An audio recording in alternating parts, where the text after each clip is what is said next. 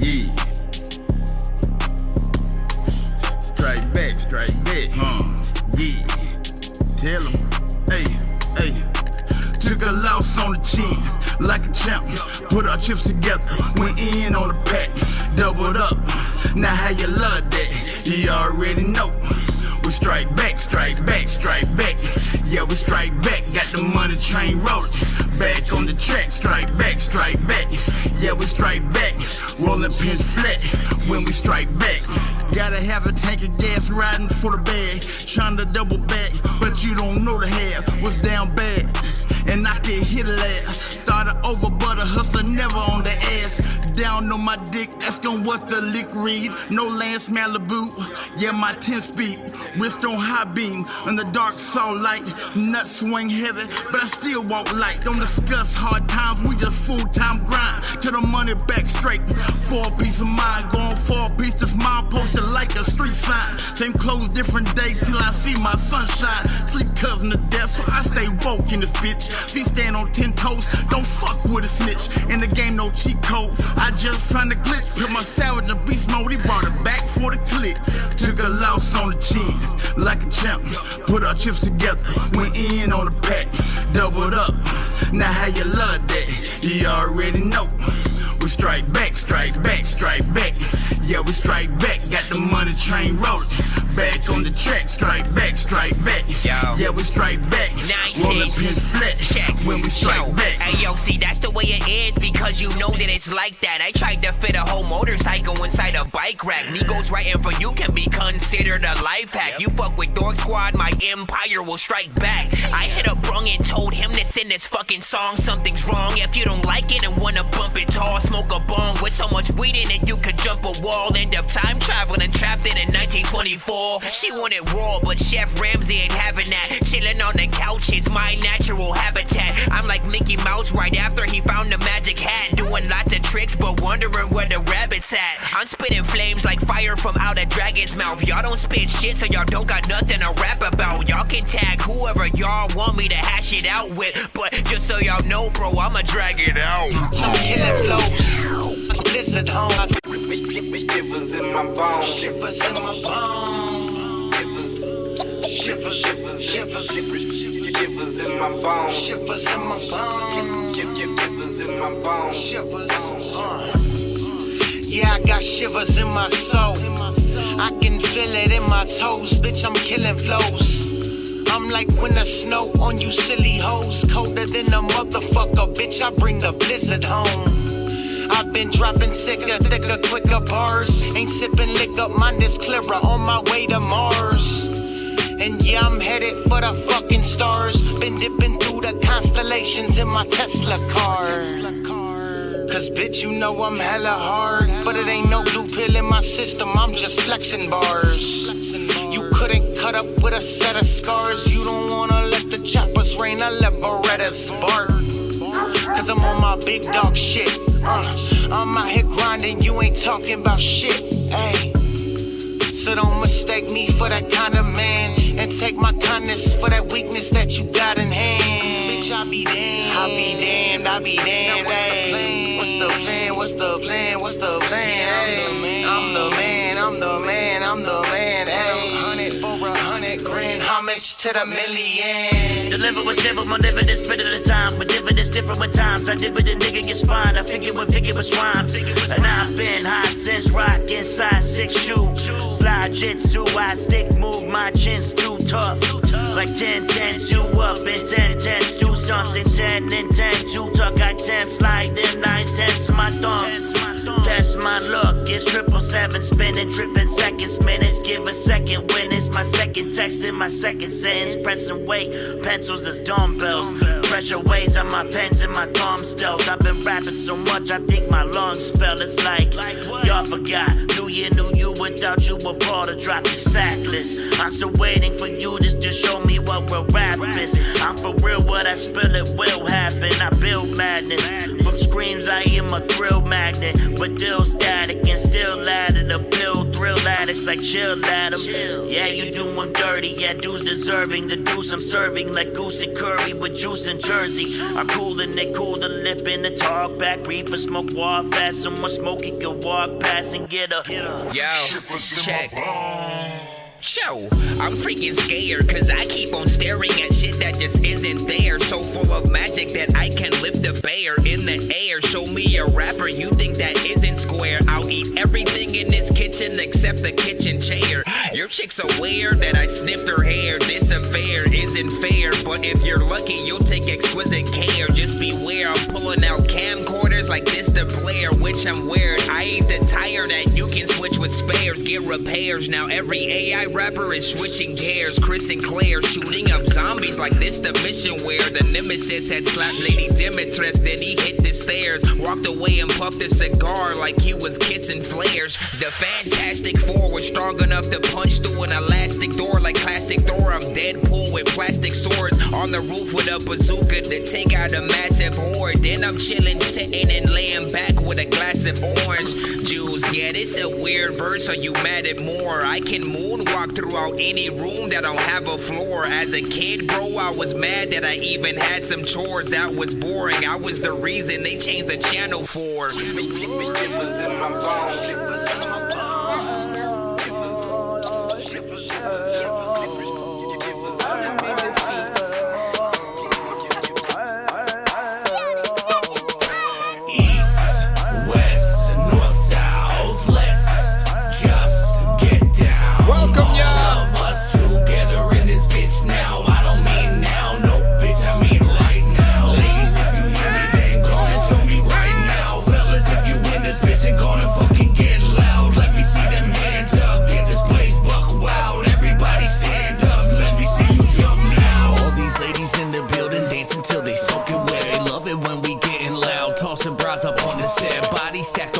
And they showing off they areolas. Which one of y'all can get the wildest? Keep it going till this is over. Now let me see you fucking bounce. Everybody all at once. The crowd's in motion like an ocean. Let me give you what you wanna. Let me see you sway to the left. Yeah, let's keep it going. Let me see you sway to the right. The momentum's flowing. Hands up in the fucking sky till you reach and touch the heavens. Soak from sweat about to die. Party like some fucking legends. Cinematic and the gifted. Both together are some weapons. We controlling every second. Madness is the fucking method. Calm down for just a minute and catch your breath while you're able. We packed in here from wall to wall. The place is getting so unstable. Sin and twine are just a problem. Got these people wrecking shit. Got your breather on your feet and break your fucking neck to this. East, west, north, south. Let's just get down. All of us together in this bitch now. I don't mean now, no bitch, I mean right now. Ladies, if you hear me, then gonna show me right now. Fellas, if you in this bitch and gonna fucking get loud. Let me see them hands up. Get this place buck wild. Everybody stand up. Let me see you jump. We got them jumping up and down like AAA on a busy street, fucking up they stomachs like bodegas with shitty meat. Yo, if you think I wouldn't be able to rock this silly beat, that's why your girl probably be massaging on Diddy's feet. This like the anthem for people to freaking jump around. Who the fuck was Crisscross? I don't know how they fucking sound. House of Pain, this one gon' make them go jump around again. Everyone's a clone and half of these rappers sound the same. I'll make you jump like I purposely set the ground on flames. After 5 minutes, I'm checking out if the crowd's okay. Half the freaking fire department's a freaking mile away. Everyone's exhausted and probably needs a shower way. More than I ever would need when there isn't nowhere that I don't wanna be. Wanna open the door but I don't got the key. And I know I can rap but I'm also a geek. And I'm hoping that kinda makes me a unique little rapper that all of y'all wanna go see. Throw on a beat, y'all wanna leave, so when it's me, so throw your hands up. East, west, north, south. Let's just get down. All of us together in this bitch now. I don't mean now, no bitch, I mean right. You already know what it is. If you haven't already, send to our narrow. Get yourself in line. We are about to start the show officially right now. If you've already sent, you guys are in the lineup or whatnot. We'll talk about skip information as soon as we get in there. Take it away, Optimus Prime. Autobots, share the stream.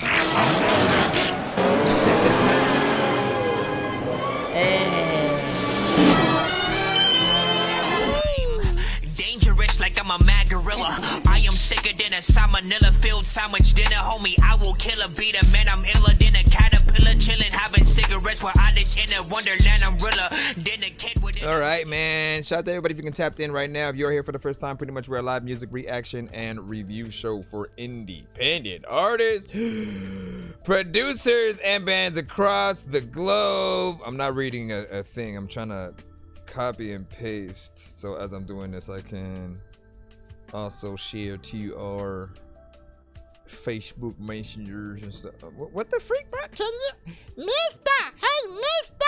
Okay, there we go. All right, so if you're here for the first time, pretty much we're a live music reaction and review show for independent artists, producers, and bands across the globe. Yes, you can send your music in. Do not send us Drake, Kendrick, Aaliyah, SZA, Red Hot Chili Peppers, Madonna, Harmony, name an artist. Anyone. Random, but that's a known. Give me one. Come on, Billie Eilish. You know what I'm saying? Don't send Billie Eilish to the show. Don't send Snoop Dogg to the show. Don't send DMX, Nas.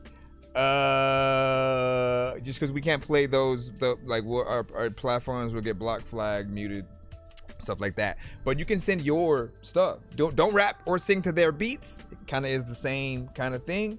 But that's kind of the only rule. Outside of Tidal and Apple Music, we don't have those platforms, so we wouldn't really be able to play any of those. So send it with everything else. If it's Spotify, if it's SoundCloud, if it's just straight MP3 direct to the Nero, that's fine. If it is YouTube, Bandcamp, BandLab, we want to hear it. So make sure that you just get yourself in or whatnot. I gotta make sure my phone does not die. Go, go, go! Oh yeah, so it's free to submit as well. And if you do not want to wait and you want to get played quicker or get more than one of your records played back to back, you can hit that skip line. We'll get you accommodated. We also do giveaways on the show when we do reach certain amounts. I'll do that wheel in a moment just to see what number we have to get to do this episode's giveaway increments and stuff. But let me come on with it. Come on with it, yeah. Now when your mama don't know what to do, I'll do it while I'm playing the first song. Let me see who the first one is. And also, I'm your host, Nonsense, aka Dork Genius, aka Chris Nonsense, aka your mama's favorite dork, aka Yo Dork for Hire, aka El Dorky Corbon, aka Dorkiso Kense, aka way too many damn names. Shut up. We have BL Rhymes up first with Do a Number, and it's the open verse. Oh snap! Oh snap, man! Oh snap! Let me stop.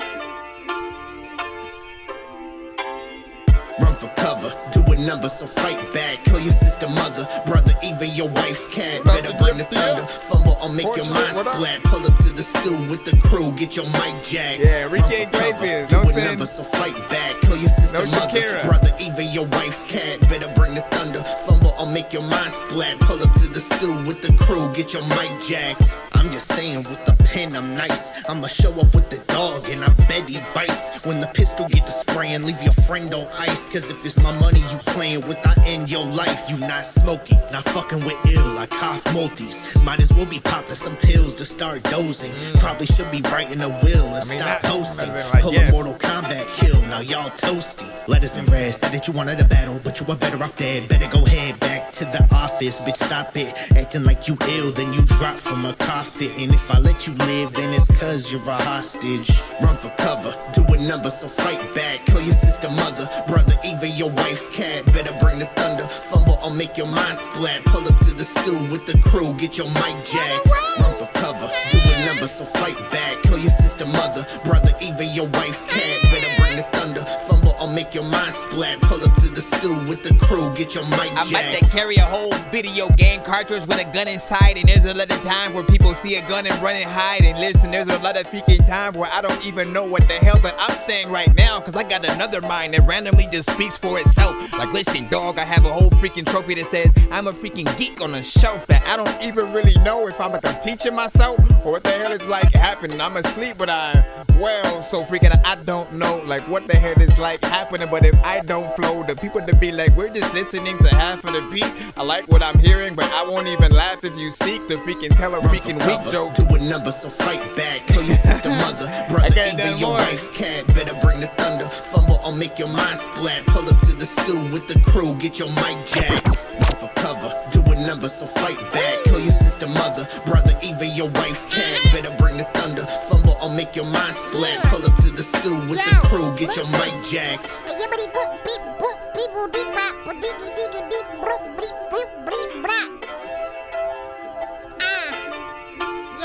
Listen, I'm a little baby. Everybody knows that. I am really crazy. I'm a freaking singer, so freaking I'm a lazy. Then I'ma tell him to, can he please pay me so I can eat, food to eat 8 weeks, whatever. So big freaking salute, man. What I like about Be Ill is we always talk about his consistency to always get, bars in or whatnot. He has a very specific style that he adheres to. I feel like he doesn't he's not the like, let me copy what everybody else is doing, let me get on the type beat kind of situation or whatnot. And if he were to hop on some of those beats, he's him. You know what I mean? Like we expect you to be you. We never expect you to like adapt the other styles that are out there. I feel like, look, pick the costume that you want to wear, and then like be that. But then also show people how versatile you are throughout just the things you're able to select. But I feel like having a style, something that is consistent with what you do, does allow producers to basically create what they feel is the type beat for you. And I feel like we haven't done our job yet, unless like if people hear us and then they go, they rap to a lot of Drake type beats or da da da da da. If they mention a whole nother artist and they see you in that exact sort of like lane, then there's still something you got to do to adjust what you are making so that type beat insert your name is created. You know what I'm saying? At the very freaking least. And I always believe that the type beat originated, man. This is my freaking theory. I believe that type beat originated when there was a lot of producers that were trying to get those beats to the artists that they were kind of made for, but maybe they passed on those specific beats, or they weren't able to truly get in contact with them, so they just said, well, I'm not gonna waste it, let me put it out anyway. Then you had artists who, we always are influenced a certain amount by a certain artist or another, right? But it was like 10, maybe 20%, give or take. When you give them the exact type of beat that a so-and-so would rap on, it gives them the ability right when they even start making music, if they're super influenced by that artist, to like channel exactly everything that other artist might do. And I always feel like when you reach that point where we see you and not somebody else, then you have a brand, and now you just need to cultivate, be consistent, start thinking about the content that you don't have. Look at your own social media, right? And really compare yours to the artists that you actually like. Look at theirs, see what kind of content that they put out.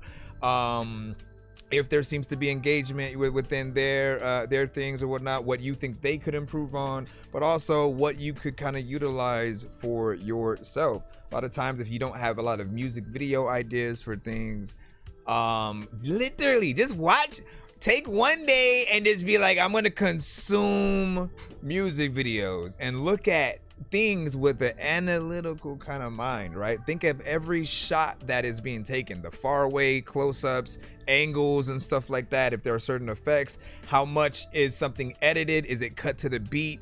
Is it a one shot where it's just like, you know, cameras, it doesn't edit at all? It's just like, let me get this person going from one location to the next, and then giving people daps and high fives and throwing some dice in the game. Yeah, y'all know those videos.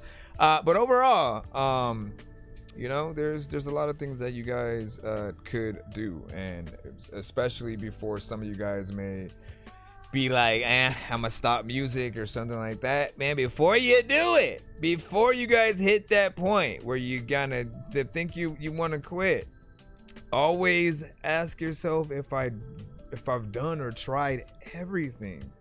Right? Have you made the post like legit, asking for anything specific, doing the challenges where people can be a part of the records that you have? You never know what post that you make on any platform is going to be that thing that gets that full engagement and people gravitate to. Literally, I just recently made, this was not even about music. I just made a post talking about the complaints that we have so far with the inconsistencies of of Zach Cregger directing the new Resident Evil film, and it's a whole lot of different stuff that we're still kind of confused about. We don't have a problem with him making a movie that's, you know, kind of based on the game, having an original character that's sort of on their own plot or whatnot. But the problem is, he says it takes place at the same time as Resident Evil 2.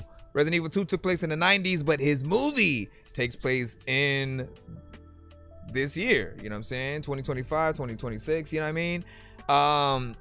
So it can't be current day and 90s at the same time. Yet, he also says that the characters from the games, the enemies you know, aren't going to show up. Zombies are only going to be in it for a very little time, right? So all those things are kind of like red flags. We're like, well, then why call it Resident Evil if you are not going to give us a faithful, like, we often as the fans are like a lot smarter when it comes to thinking of an exciting plot or whatnot. I'm like, look, you have a movie in what you're doing right now, but on the side of that, basically we want to know that, like, as your characters doing their thing, somehow Leon and Claire and the Tyrant or Nemesis, you know, though all those events are happening, and we should be able to see them in the background or something like that. No one's asking you to give us full plot where we're following them and stuff like that. Do the thing with your character, but allow us to feel like, oh snaps, he just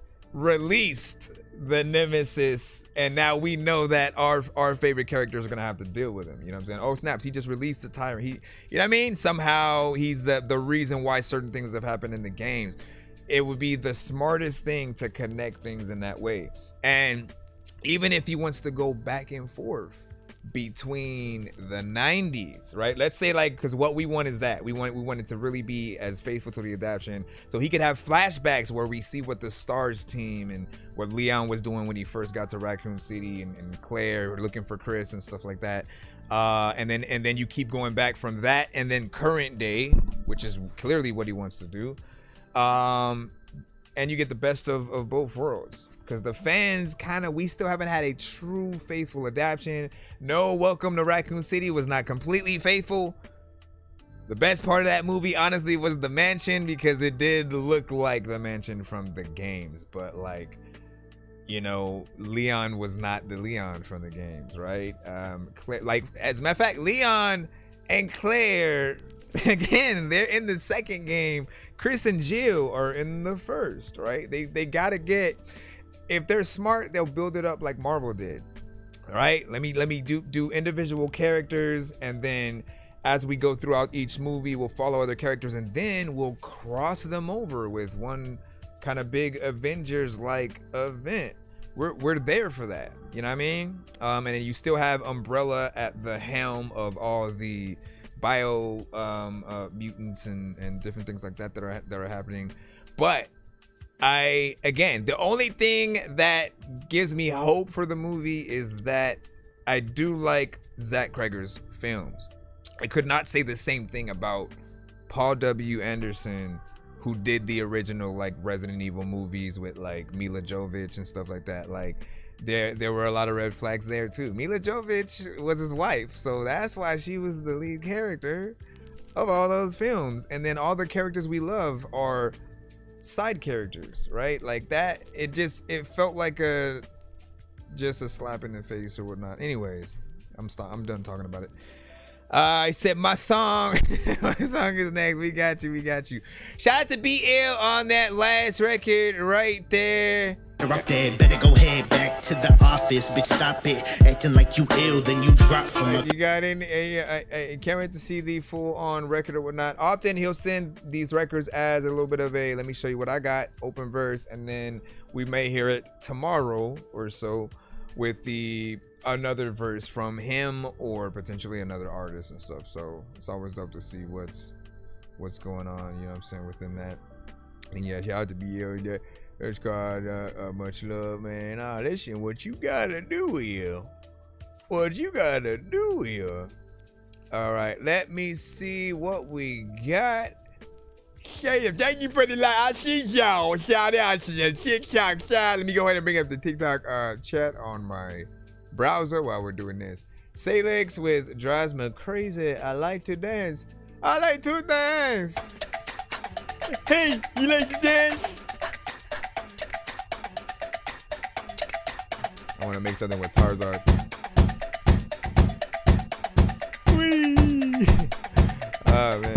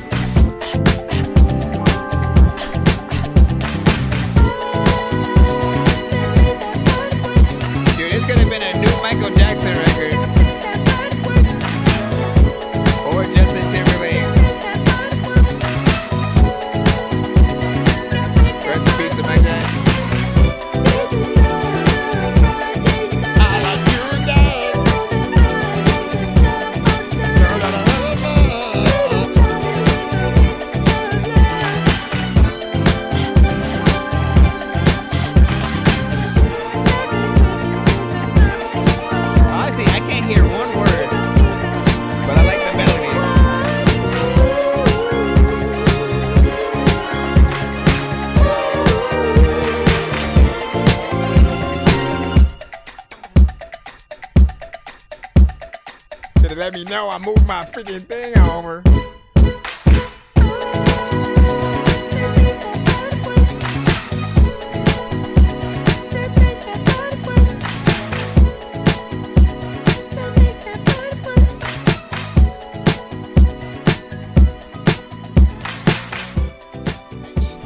To hear, and when you get a freaking dope sample, you like need to be able to clear. And I don't think that it got me the freaking things that I freaking cat that I drag you to tears in the back of the sack and the jack of the chair. I'm just I randomly just start saying anything. What do you guys think about that? Okay, so where I'm at with it is I like the bones of what we're hearing here. Right? Production, brings you in, you start seeing that, okay, it's a few different elements or whatnot. It brings disco to sort of like a different genre, brings it up to a more upbeat kind of thing, and then like, I like what I'm hearing, right? The melodies that are done in there, I feel like the vocals remind me of something we would hear from Pharrell for sure. And I think when Pharrell does that, he is channeling in some way, an essence of Michael Jackson. If you ask him, I'm guaranteed probably say a little bit of that, but that's also what I know that he would hear in his head or whatnot.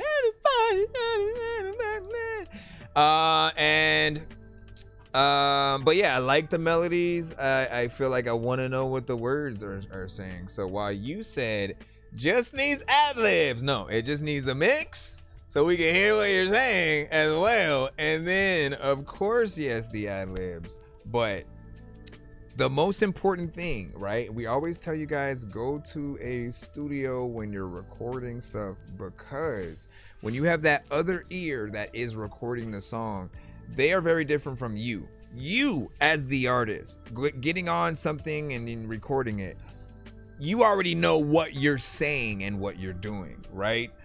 On the other side, we're the listeners. We don't know as we're just sort of coming in. So if the beat is a little bit too loud for what you're doing, or your vocals are just kind of too low in the mix and it gets overcrowded by the production, really we're not going to be able to hear properly sort of like where you're going and what you're doing. We hear the essence of a record, right?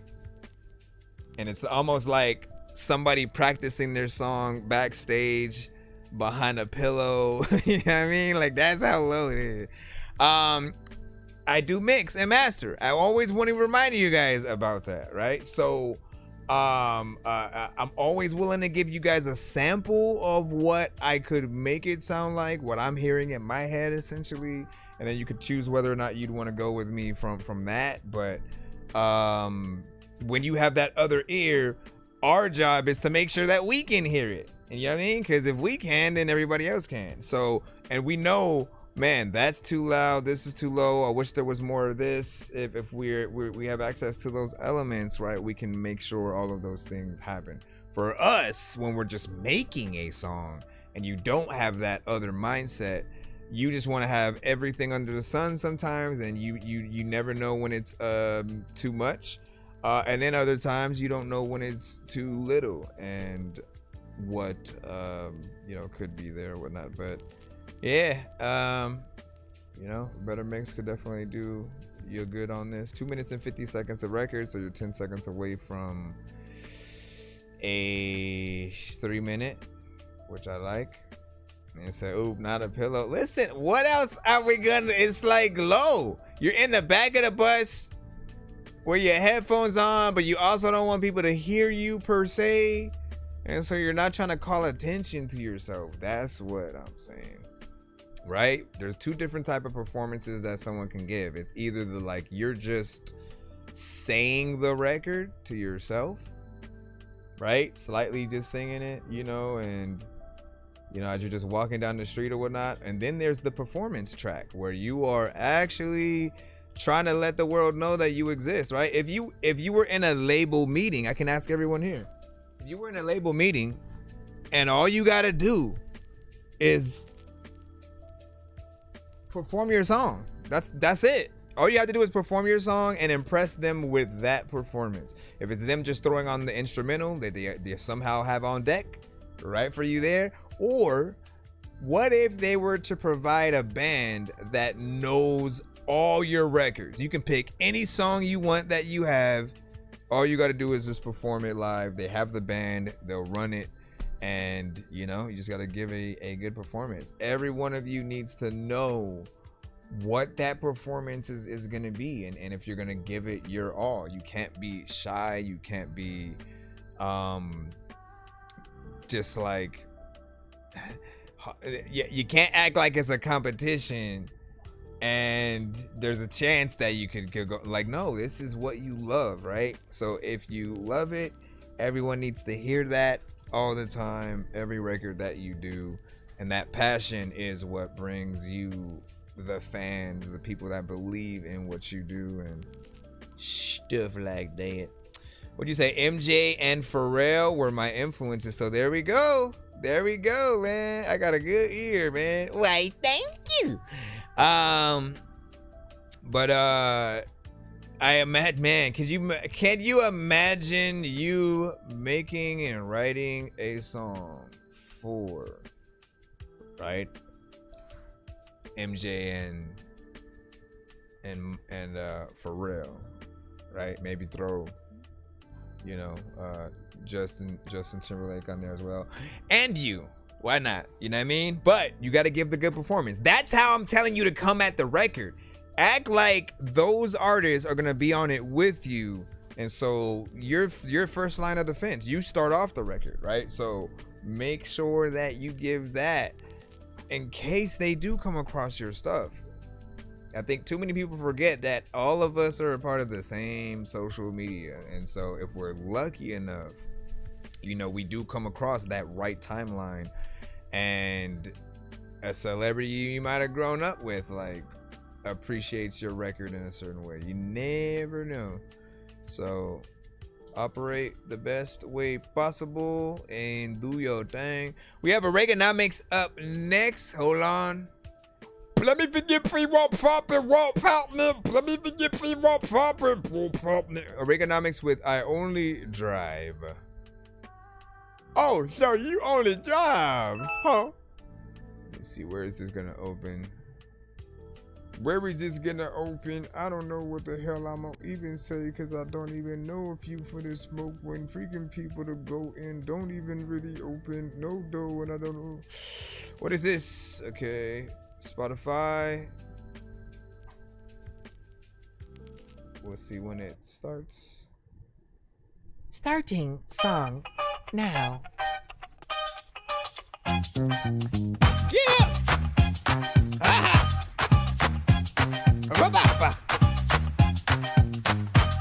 Back at the shop, back in every price tag for a sign. Tired. Can you listen to my song? You have to send it to our Nero. As if you were Don't stop, man. You have to send it to our Nero. Link is right there in the chat. I only try. And yeah, we do free submissions. Survive. We gotta survive.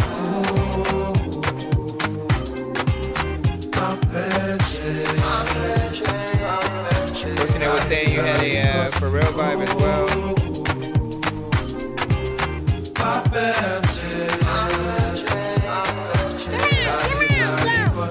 Standing right here, running through the morning for a buck. Thinking, playing the role of the father now.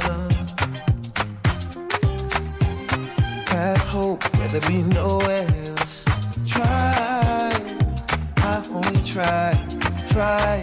I wanna thrive, survive. We gotta survive. You gotta survive. It's like a lot of jiggy jam when I'm rolling outside. I don't know where the vibe is. Survive. Only try. Only try. Survive. Only try.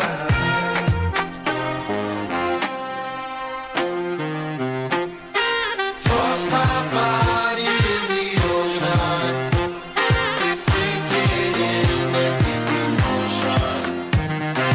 Let the water be my witness. Show them all I handle business. Try, I only try. I wanna thrive, survive. You gotta survive.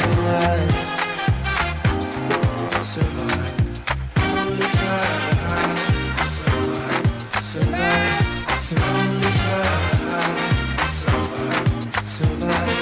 Only try. Survive. Need a bit of a chill.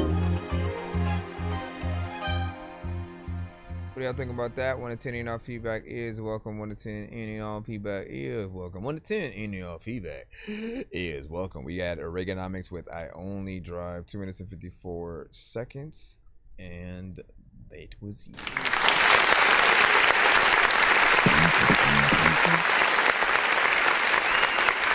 I could have heard that as a song from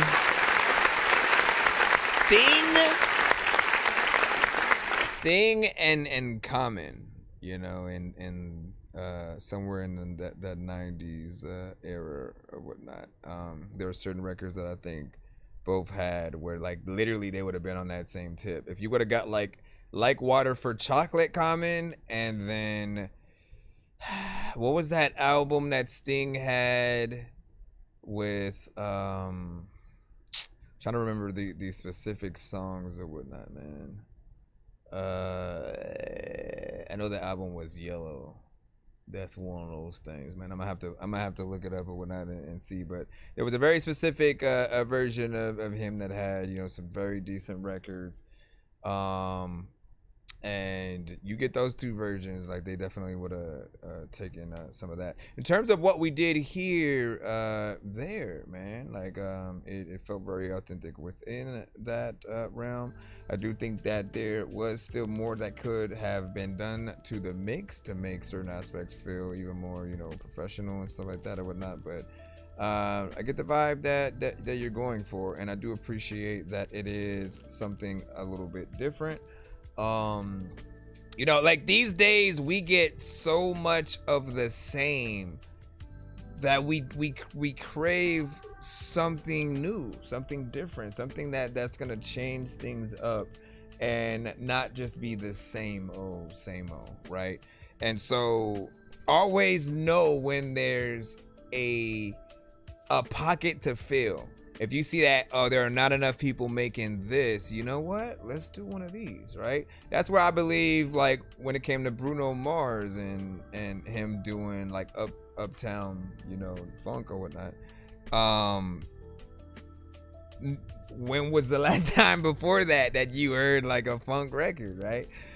So he brought that back. Like, if people literally want to tackle new records in that genre right now, they can. You know, simply because he was able to make something new that still had quality to it, and then really felt authentic within that realm. I mean, it was so popular that they used it for the Little Big Planet video game that they had on PS5 or whatnot. There are certain records that they'll use from real artists on that, as well as, you know, original songs or whatnot, but the levels kind of move to the beat. It's not like a rhythm game in the traditional way. It's just like the levels, the enemies, elements that happen, it moves to the music. And so in those specific levels, it's dope to just kind of be a part of watching it come to life, watching everything react to it. And honestly, man, I think they created something new with that within the game. They have to capitalize on that, because if they don't, like, I kind of would love to make a game like that, you know, something that still plays as a game itself, but the world reacts to like a dope song or beat. And imagine if it could be your songs, right? Like, that's the kind of stuff that I love thinking about. And then what'd you say? Yo, if they remade the Cowboy Bebop anime, I'ma need that as a outro. That would be interesting right there. That would be interesting for sure. And that is a dope and unique way to look at and listen to the song or whatnot. I do encourage you guys to do things like that when it comes to what you hear in the song, right? Even if it's something outside of your own genre, maybe something that you don't necessarily go searching for, where would you potentially hear the record?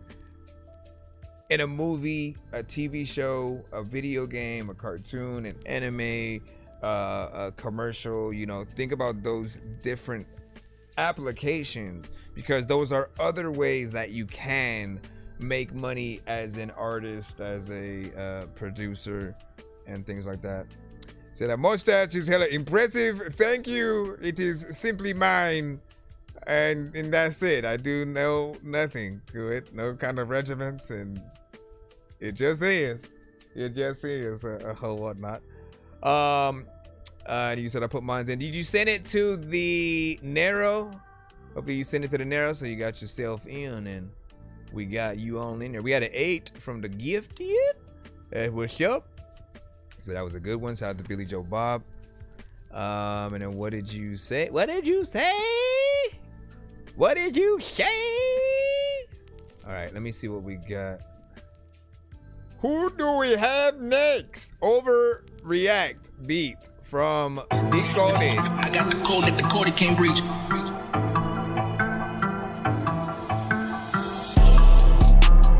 What the hell you gonna do? It is the chorus part.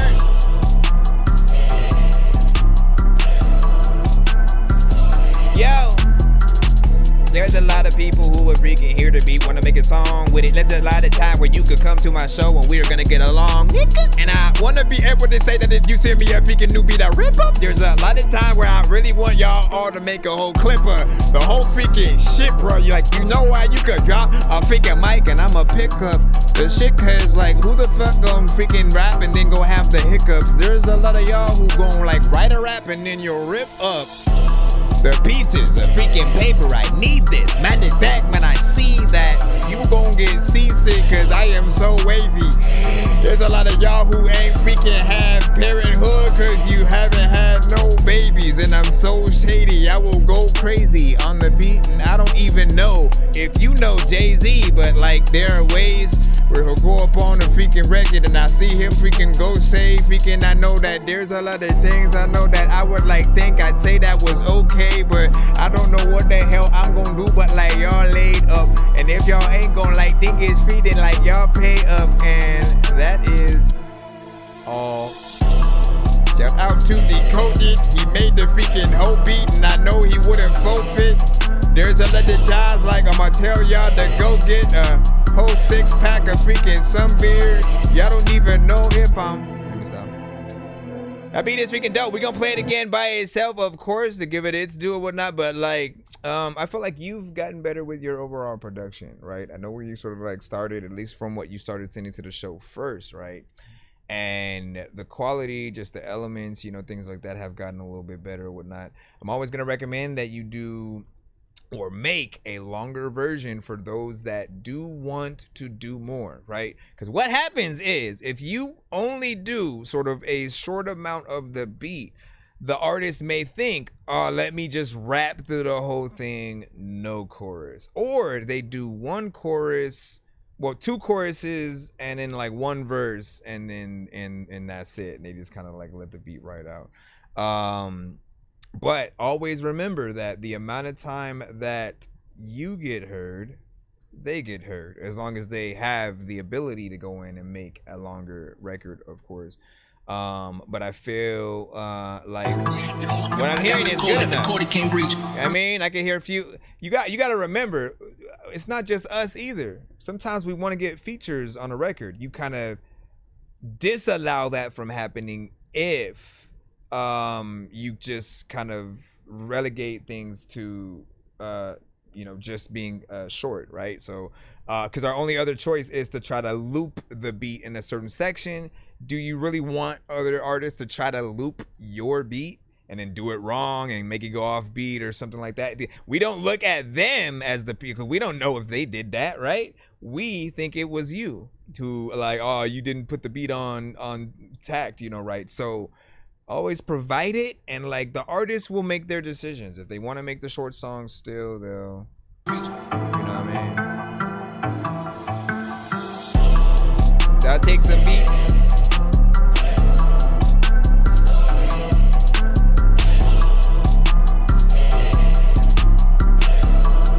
See, I don't like freestyling songs. I freestyle for fun. I'll do it on the show during the live. I do it when in those moments. But with actual songs, I feel like people deserve something well thought out. You know what I mean? Because there's always 2 lines that you could have probably said a little bit better. There's something that you missed out on saying, oh, I should have said this too. You know what I mean? Or this is like if Lord of the Rings took over the track. Lord of the Rings, a lot of thinking time when you figure when to get up on the figure right, get like this, you gon' sing, you don't even know what the hell you gonna bring, but you know what the niggas of this, I'm the king, and like all of the time when I know I don't even know what the hell I'm gonna say, I'm a geek, and this week I was over here asking a freaking question. I had to let these, you see what I'm saying? Like, I'm not gonna record and keep that. But I tell you what to do, right? You see, I went in there and I did a little flow and stuff like that. I was like, oh shit, you know what I mean? Like that might have been something dope, right? But you can freestyle for like the ideas of what you can do structure wise, right? But you want to go back in and then perfect yourself. So any line that like, nah, that's not it right there probably. And you know, like, cause and we can't just, anything we say is just the dopest thing in the world. Like it's not gonna happen unless we sit down and perfect, take that time to really analyze, okay, who has already said something similar? How can I say it different if I am gonna say something of the same thing? And you know, really aim to always impress.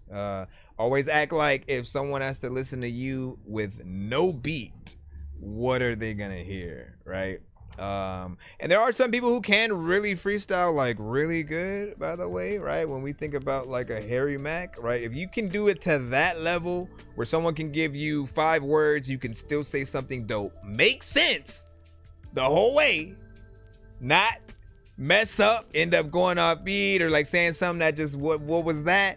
Like he is so good that he can make full on sense with where he goes with the words you give him. He'll even think of more words that relate to that one and continue that while also freestyling about the conversation you had, things that you have in the background when you react in real time. Like he'll literally freestyle about that in the moment, you know what I'm saying, about you laughing at a line that he said, and then, you know what I mean, like that is next level. And just that, I feel like that's how freestyles are most liked, right? Because if we're just hearing a record from artists, a lot of times either we're gonna know they freestyled or not. I feel like if you say things that are a little bit too easy, maybe it sounds like you didn't know you were gonna say the thing, you know, when we can tell it's not necessarily a good look. But we want to feel like you're coming at a record with some purpose, and you know, we're just trying to compete in that way. But yeah, I like this production more or less. Let me go ahead and just finish it off here.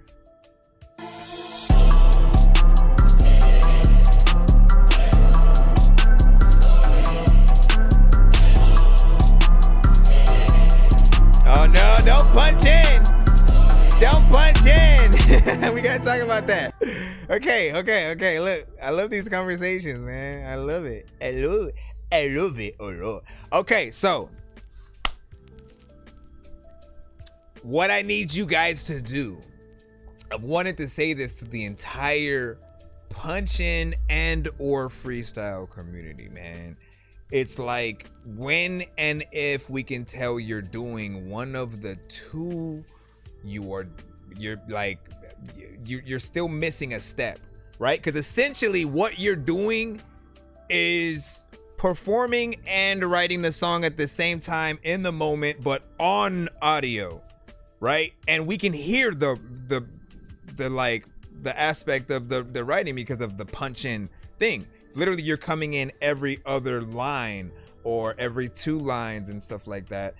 The record starts feeling disjointed. We start calling artists like that like puzzle piece artists and puzzle piece producers for the ones who just grab and drag and drop from Splice, and they don't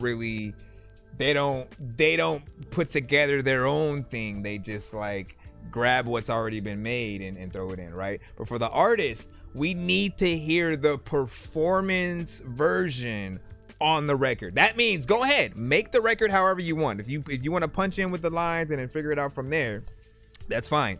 But don't forget to re-record yourself.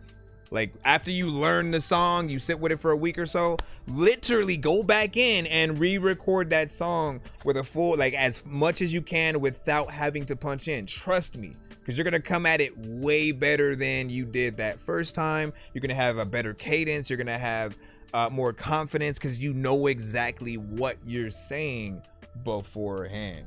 And so I 100% recommend that you do that, because when we hear you piecing it together and then just keeping that, we still feel like the record is not done yet.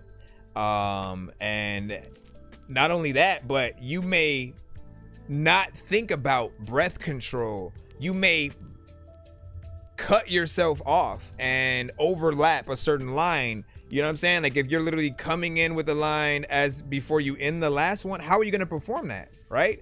Most of you guys are probably going to say, oh, I'm just bringing my record with my vote. No, we don't like that.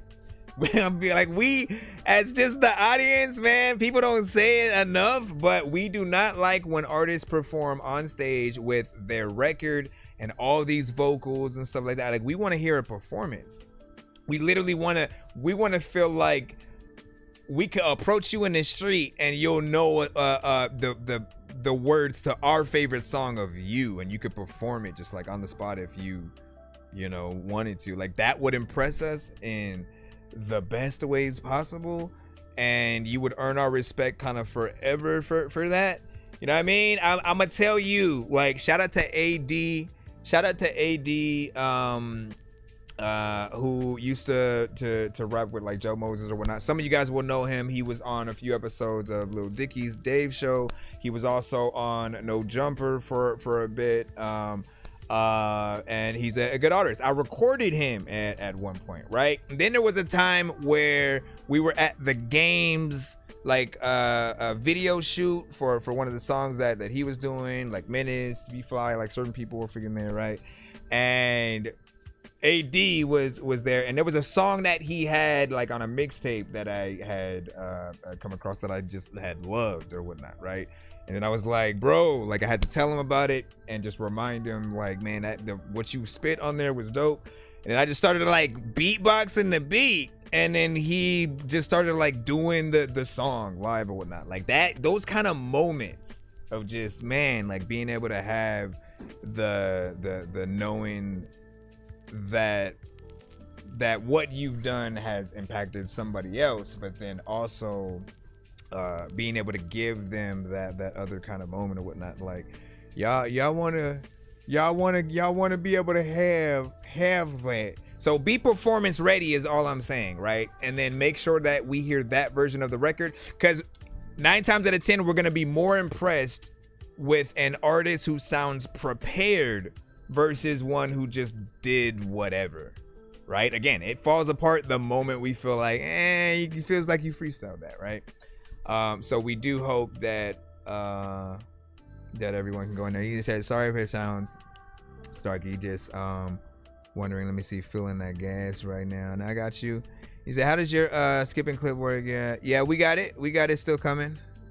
We still got it coming. It's in the lineup for these skipping clips, my brother. He said, I love keeping some breath in a track, depending. Yeah. I mean, you got to get in there. It's every show I do. Tell me I do shit, and I hate that. So every show I do, tell me to do that shit, and I hate it. Hate what? Let us know. You still taking submissions? Yes. We always really listen around these parts, man. Hey, so Lord, you finna really listen for it now, man. Listen, I like to talk, as y'all can see. Welcome to the show. We are half a podcast, half live jukebox for independent artists, and we review and react to your songs live, of course. We do have a skip coming up from J-Dub right now, and it's a skipping clip, so we'll have this one, and then of course we'll have your other one come through first. I believe you sent the song with the WJ. Or is this for the same one, or are you replacing that one? Because I may be able to do a half and half. So this is what I said the first time. Now let's see what I said this time. But again, man, you have to think in terms, right? I've always thought like this. We have to ask ourselves, because for too long we've gotten past with the minimum, with the bare minimum for a cool minute. There used to be a time where like nobody would listen to you unless you actually had the skills. If you decided to sing, you actually had to have like legit vocals. You couldn't use auto-tune, and there wasn't that kind of massive everybody's using the same thing. You had to just have the talent. If it was rapping, same thing. You had to have bars, storytelling. You had to really have something that made you unique. And I feel like that with that same aspect, if a label was looking at artists and that you're someone that could make them and yourself money because you have a talent there and you have people that gravitate towards you, you know, you can only really do that by making sure that you are the best. If anybody's gonna take off points, it's because you don't do one thing or another. So if they're not like seeing, you know, the full albums and you really trying to make something of a classic in certain themes, if they don't see music videos from you, if they don't see live performances, how do they know you're even an artist? There are those who are doing it as a hobby, and then there are those who, you know, are just they love it. They have a passion for it. Show people that passion every time. Record yourself visually when you guys are in the studio, when you guys are trying to come up with your songs. Let people be the fly in the booth, and that's the evidence that you essentially are an entrepreneur, or somebody that really wants to do this as a sort of daily thing. I tell AI creators the same thing. Like, if we don't see the footage of you making the song, it almost feels like you didn't do it, and you're trying to have us be impressed by, you know, you typing in the idea of a song, and then now we're just listening to that idea of the song. Versus, oh snaps, you made the beat. Oh man, like, you have amazing vocals, sir or ma'am. You know, like, we like what you can do as opposed to what you can't. We'll just like leave it is the go back down. You said I got haters. Let me see. Burning up the track like Medlab in a double wide trailer. Like with your reactions from my first time seeing your channel. I appreciate that, and thank you for the follow as well. You know, welcome to the Dork Squad. Hold on, let me hit the button right quick. Dork Squad. All right, enough talking, enough yapping, more rapping. I know diamonds are the things that you wish that you had, but homie, I'm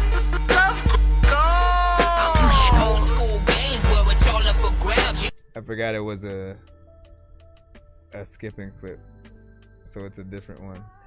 Give me a second, cause I gotta load this up anyway. I was gonna have to wait for that, bro. You don't jump the gun. All right, so we'll introduce it when we get to the thing. Let me just put this down so I know what we have, and the song is called All Alone. Okay, gotcha. I gotta hit a whole different button. Let me make sure this is cool. All right, we're good there. And then to the skip and clip we go. Where are you, Mr. Postman?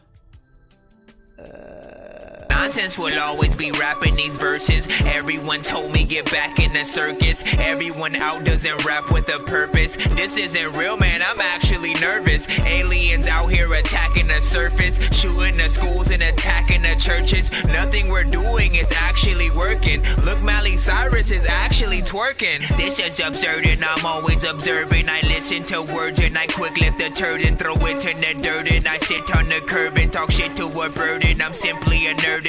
Clearly I'm black, I'm not German, I'm urban. Movies I watched as a kid were disturbing. Gremlins and Goonies, and then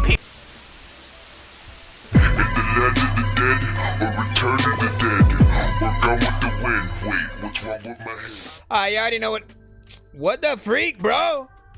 Good thing I freaking did that. Hey, hold on, let me reset my camera. Yes, this will be cut out of the freaking damn thing. Hey, yeah. No, come back. Don't leave. Hello? Mama? Mommy! Hold on, let me unplug. Seriously, bro. Seriously. Alright. We should be good. Let me see if I can. Like, what was that? What was that, bro? Abracadabra. There we go. All right, so welcome to the skip and clip of 941J Dub, Dirty Dan, and WJRX, man. All y'all got long yet short names. But this song is called All Alone. Make sure you guys rate this in the chat. Give your overall thoughts. 1 to 10. Any and all feedback is, of course, welcome. This one is currently on the Ban Lab. So if it is still available, you should be able to search it there. If not, all platforms coming soon.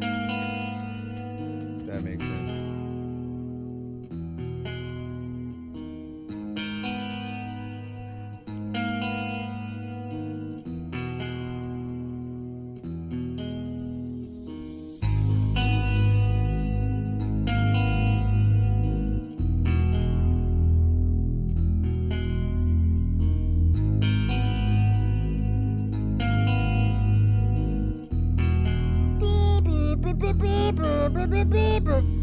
Shawty calling me right on my phone. I've been fucking up, I'm never home. All these people fake, rather be alone. Living in my room, I'm on my own. Don't tell me you love me, you lie. Unless you want me, go and die. Got what you did on my mind. Now when I think I just cry. Deep inside I'm feeling like suicide might be worth a try. It was you and I caught a stupid high. Chose a different side, all I said was bye. I regret it though, should've said some more. You walked away and you closed the door. Next time you'll see me, gonna be in a morgue. When you looking down and my lifeless corpse. Nature runs the course, supernatural force. She wanted a kid, I'll take him out to Disney. Our relationship was just way too flimsy. Thinking back like who not now with me. Remember Christmas time, Santa missed a chimney. I'm giving up unless someone tells me otherwise. I can't live a whole life hiding in disguise. Had to coincide, my problems always on the ride. Hope you find some peace of mind, hear a monster cry. Shawty calling me. That was Dirty Dan. On my phone. I've been fucking up, I'm never home. All these people fake, rather be alone. Living in my room, I'm on my own. Mama praying for my soul. Damn, I hate when she cries. I keep telling her that I'm okay, knowing damn well that's a fucking lie. In every reflection, it's got a stranger that don't recognize his face. I keep putting one in the chamber and then racking that bitch back, putting it to my face. And if I don't wake up tomorrow, tell him I tried my best. Just tell him I was fighting an entity that was into me, yet no one else could see. And I ain't scared of dying, I'm just sick of being me. I'm stuck inside this same loop, always needing just another vice. I used to have a reason, but now I'm just going through the motions of life. Fell in love, I fell apart, I cut the blade, yeah, I fell apart, I'm alone. I'm alone. Shawty calling me right on my phone. I've been fucking up, I'm You're putting it on the wrong side of the beat.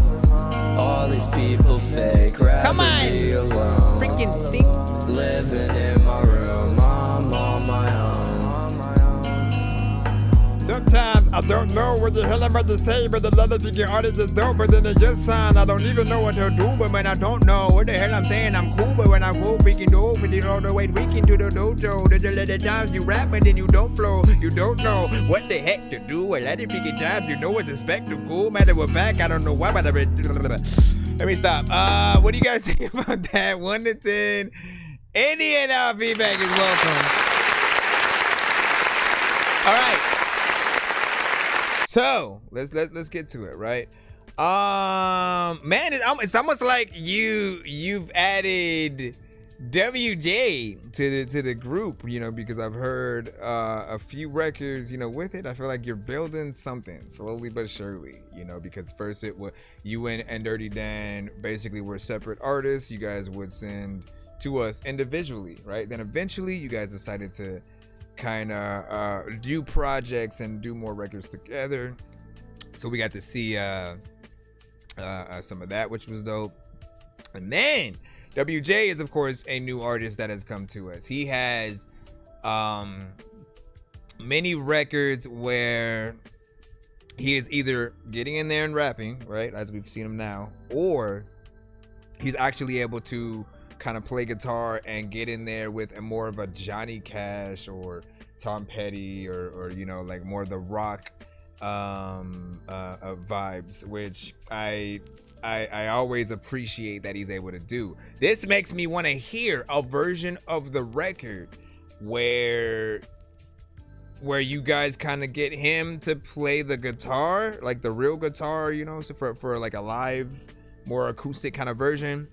You guys can still give the same performances that you have, unless he decides to change like the tempo or anything like that. But he could like literally just get in there and play guitar for the acapella even, and I think we would be more or less fine. But the more things that you can actually do, people are more impressed with. Like always think about that, right? Let's give you a good example. So Jay-Z and Linkin Park, right? If you guys remember, they had an album that they eventually did together that was like a mashup of a lot of their biggest records, right? And it was like, you know, them mashing the combinations. And the thing that made it dope was that they legit went back in the studio to add real vocals and real elements on top of what they were going to do for those records, so it would be authentic, right? Because if you're just getting a DJ or a producer to just do the standard remix and, you know, let me just make a new beat and match these up or whatnot, and you know, it's alright. It just becomes something that like is more the DJ doing it than the artist, and maybe they're giving the stamp to go ahead and you know, pull up that out. But when the artists are like, nah, we're doing this together, we'll even do a little bit of a live performance, you know, with some of the records and stuff like that, like it made it that much more real. So if you decide to do different versions of your records and you reperform the verse for whatever new version, that work is always going to be appreciated. When and if you do that second chorus versus dragging and dropping, like it's as simple as that, because we can hear maybe like new ad-libs or something like that the second or even third time around, that allows us to feel like the record is lived in. Even with the producer, if they do different things throughout the record to remind us that they are still there, and not make it just one loop all the way through, that sort of elevates the record to good heights. You know, but I appreciate what each artist did. I feel like you all came at it with different vibes, right? Because Dirty Dan gets in there, he always straight up raps. J-Dub came to our show known for doing that more melodic you know, aspect, and then WJ was sort of half and half, because sometimes he's in the rap records, the other times it would be the you know, more rock centric. And this time he decided to use more of the rap side, which I thought you did decently. Something about this one felt a little bit better put together. As most of the time, you already know, I will say it does feel like you're freestyling here and there, you're doing this, you're doing that. It really only started feeling like that maybe towards the end, because there was a line that you said the same word twice, and it just felt like it probably could have ended better. Plus, where that chorus came in right after your verse, I don't know why you threw it on the wrong part of the beat. Like the verse, understand this, right? There's a very specific amount of bars that an artist should spit on any given record, right? If we're doing features with each other, most likely it's going to be 16s from each of us, and the choruses being 8 bars, a bridge can be about 8 bars as well itself. If you decide to shorten that at all, like, you have to kind of make it make sense, otherwise it feels like the record suddenly skipped, or the certain sections are just on the wrong side of the beat, because we know what we've been hearing the whole time in terms of where like where that is. It was not when it came to where his verse was. So don't just add it anywhere just because his verse ended there. He might have to add a little bit more. Let me see if I can go back in there one more time just to really calculate real quick. So damn, I hate living in my room. Let me see on my own. Mama praying for my soul. Damn, I hate when she cries. I keep telling her that I'm okay, knowing damn well that's a fucking lie. In every reflection, it's got a stranger that don't recognize his face. I keep putting one in the chamber and then racking that bitch back, putting it to my face. And if I don't wake up tomorrow, tell him I tried my best. Just tell him I was fighting an entity that was into me, yet no one else could see. And I ain't scared of dying, I'm just sick of being me. I'm stuck inside this same loop, always needing just another vice. So, right here, technically, could be where you would, it could be a 16 depending on how fast an artist, you know what I'm saying, would rap. You could have stopped it there, but let's see. I used to have a reason, but now I'm just going through the motions of life. Fell in love, I fell apart, I cut the blade, yeah, I fell apart, I'm alone. Shawty calling me right on Nah. Okay, hold on. I've been fucking up. Right here is where you should actually bring the chorus in. So if he could finish off maybe just a few more lines, or you have to figure out something else that you can sing in that area or whatnot. So don't come in where you are coming in. Like we'll make it seem more like you, because he's doing an orthodox, you know, amount for what he's doing in that section, right? So you need to make sure that you come in at least on the right part of the time. It needs to come in at, you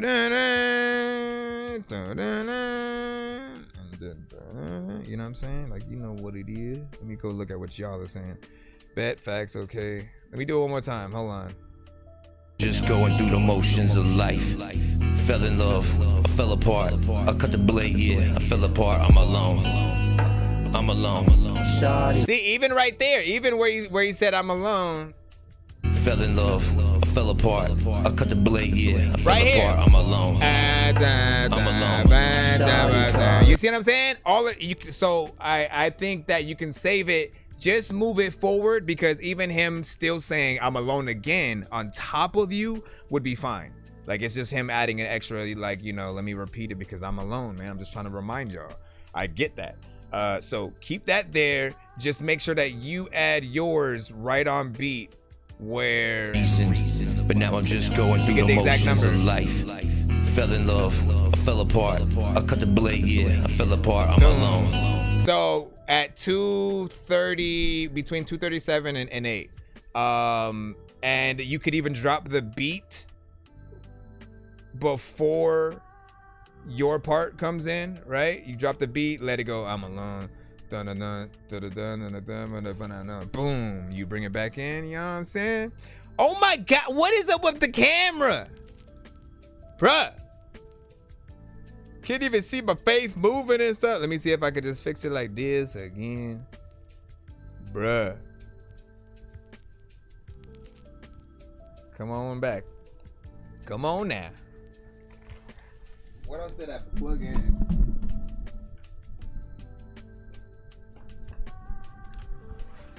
Oh my gosh.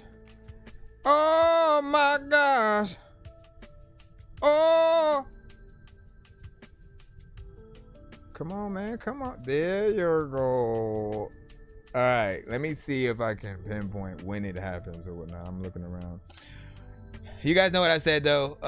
When did it even when did it even start doing that? Because I don't know what I would need to repeat, but we'll just throw some other image on the screen at that time. At least you can hear me when things are going in there. But yeah, I was saying that sick of being me. I'm stuck inside this same loop, always needing just another vibe. So drop the beat at needing always needing to boom. You know what I'm saying? I used to have a. No, wait. My bad. Let me go back again. Let me go back again. Stop it. Dying. I'm just sick of being me.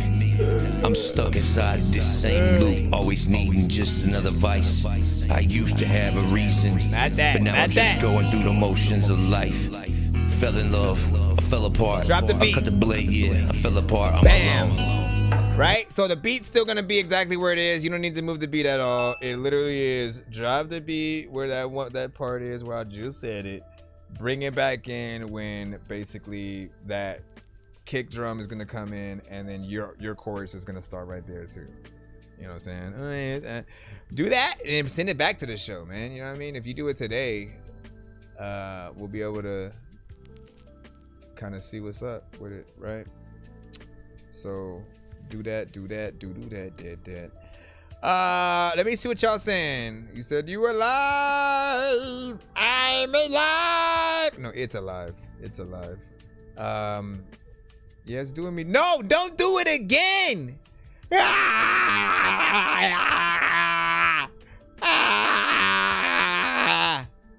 Oh my God, I didn't do anything that time. Maybe I moved my foot. This is driving me wild, man. This is driving me wild. You know what's funny is Top Music Attorney's camera was messing up today too. What is up with today? What is technology is taking over? The Terminator. We need Arnold. Arnold Schwarzenegger. Hit me up when you have time. Arnold Schwarzenegger. Let me see if I can unplug something.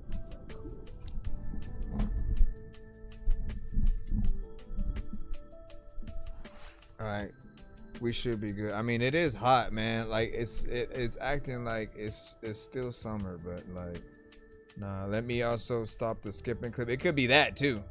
Could be like, man, you were recording for however many minutes right now. Shut up and turn yourself off. Watch out, it doesn't do anything. We just in here. We have gunplay with freestyle. Let's go.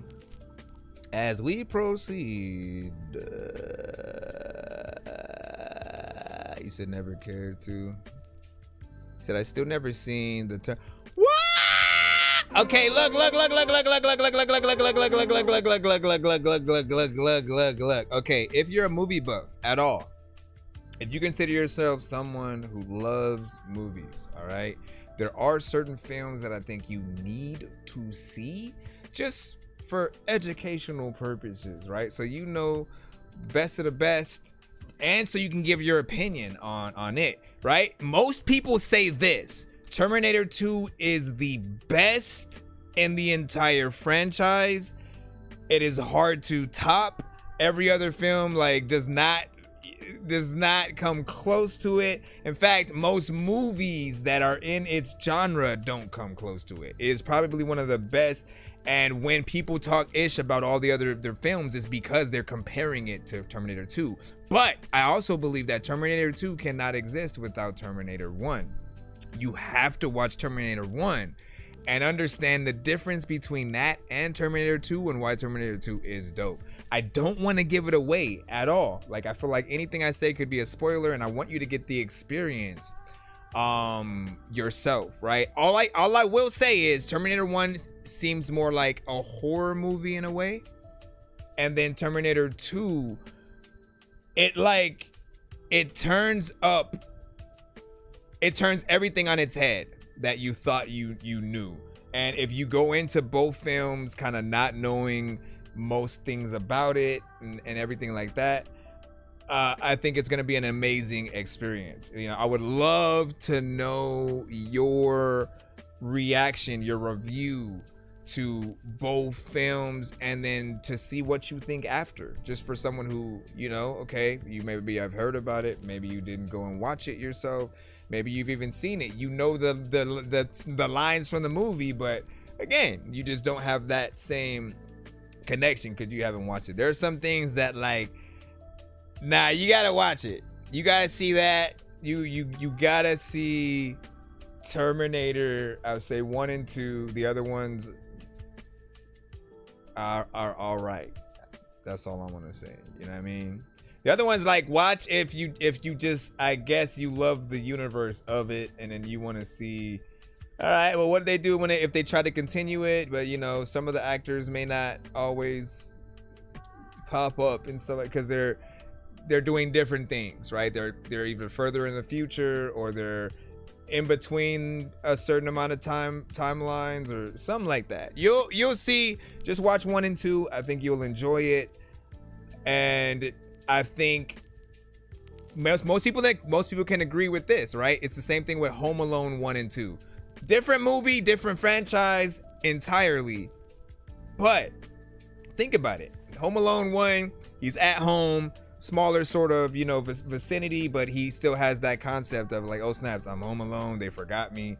You know, they're on vacation. He thinks they're having a wonderful time, but they're having a horrible time because they weren't even able to do what they were planning on doing, right? But he's at home alone, has to build all the traps, and someone he's afraid of within that movie, which is the neighbor. He thinks that he killed someone, you know, a long time ago. He eventually realizes, you know, that he's his best friend, because he's actually a nice guy and helped.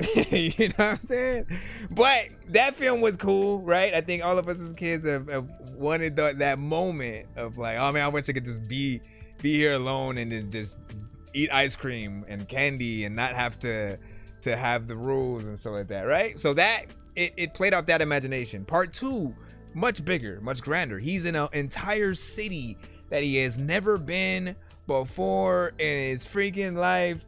Everyone has wanted to travel around the world, to do that as a kid, and then to see things as grand as he did. But then he still sees the sticky bandits there, right? Like that just like, oh, come on, man. Like he can't catch a break. And then there's still someone that he is afraid of, right? The homeless lady in the park, the pigeon lady who, you know, I like how they play off of those concepts. They still allow things to happen, but Home Alone 2 is like goated. Like, I love both movies. I watch Home Alone 2 more than 1 these days, of course, but it can't exist without that, because you gotta go, they did it again, right? Oh, how there's no way they're gonna leave him again. And you're like, okay, so he's finally got to get on the thing, and they're at the airport. Okay, everything's going good, and then you see what happens, right? And so you're like, bruh, like, are you serious? What the hell is he gonna do? What would you do as a kid if you were in that same situation, right? Anyways, you said RIP to the bird lady and stuff like that. Yep. Man, I think they do need a sequel. I would absolutely love to see them bring Home Alone back and things like that. All right, so gunplay, you put freestyle on this, and it was, I believe, a YouTube video. Let me see. Best out, GP, Stunner Speaks. It's a game where you play with dolphins, but you shoot. Big Meats. We accept whatever comes with it. So no the big. perky ain't bust, I dump another one to speed it up. Doped up, weeded up, loaded up, heated tuck. 10 with the switch, out the box, bitch clean as fuck. My flow sharp as steel, this beat hard as fuck. Bitches on dick, I don't flirt, I tell her eat it up. I ain't with that sweetheart shit, she say I mean as fuck. Gave the bitch a check, ain't a tip, told her keep the change. Came with a drop, wet twat, ain't disgusting brain. And we on your spot with them choppers like SWAT. Caught him dipping off the lean, doped up off the snot. Set him up, now he zip on ice block. These North niggas thuggin', I'm turned up like pop. Free ace, can't believe my niggas sitting in that box. My first check, we gon' build. True nigga, the perky ain't bust, I dump another one to speed it up. I'm in the trap selling pills, got exotic in, yeah. Drop the dice, greatest sticks, we betting bricks on 2K. Get money till I die, I don't know no other way. These niggas not ranked, these niggas rap shit bad. These niggas not gangs, these niggas click shit sad. What would you do, show? Yeah. On my own, I can hold my own nuts. I stand on my own, these pre-hype niggas mutts. I stand on my own, I can count my own cash. I stand on my own, I erase my own wreck. I stand on my own, cause I can stand what I do. I stand on my own, and I'm strapped up with 2. I stand on my own, I don't even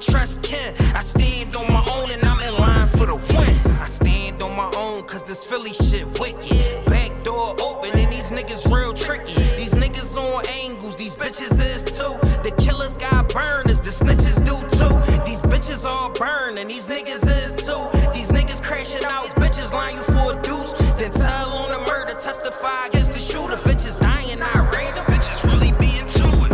Niggas really snakes, these niggas really fucking rats. A kid about a bitch but won't do shit if you smack them. These niggas really like different on some 2 chain shit. I need $500 million on some Wu-Tang shit.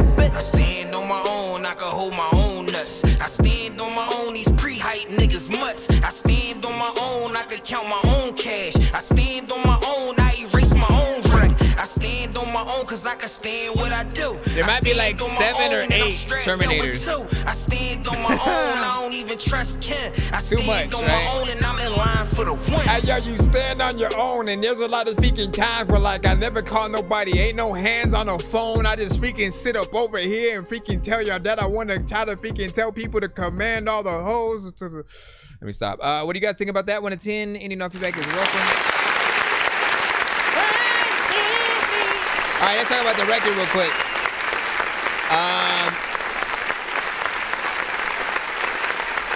I thought the performance was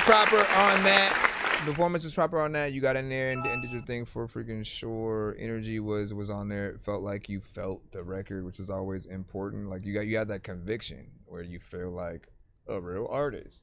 You know, the goal is just not to sound like you're a regular person that's trying to rap. We can tell the difference, man. And so when you have a natural, you know, like, I love this, I have a passion, I want to make sure you take it serious, or if you're more of a comedic artist like myself, right? You got to figure out the direction that you go with it, because Lil Dicky is very different from Tyler, the Creator. Redman is different from Ludacris. Eminem is different from, you know, Busta Rhymes. You know what I mean? Everybody has their own way of coming at records in a fun, yet I could really rap and watch this, you know, kind of style. And depending on what you do, I think there's just certain criteria that people will look for. So nothing crazy with the overall beat. Production is there. I feel like it's a banger. People would love to have that in the trunk, and it will be a nice, you know, song on a project that we would hear. I think we should look at things too. Like if it was on an album, does it make you want to go to the next song after you listen to it, right? And I felt like you did a good job there, right? So good for you. And there we have it.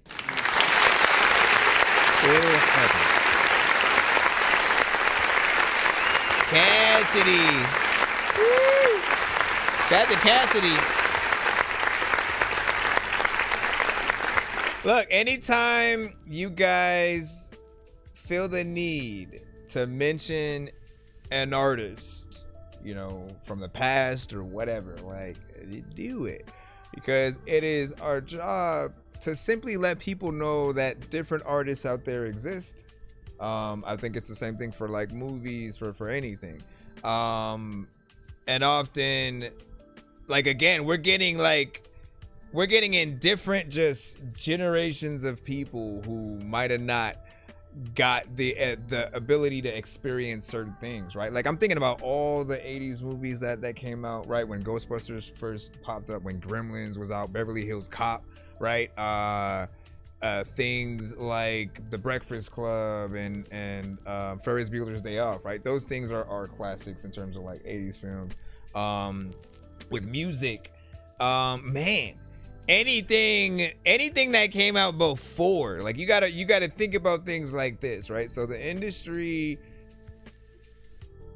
really wanted to sign talent at a certain time in life. It didn't seem like anybody could just make it by the off chance of, you know, them having the right moment, whether or not it's a dumb song or not.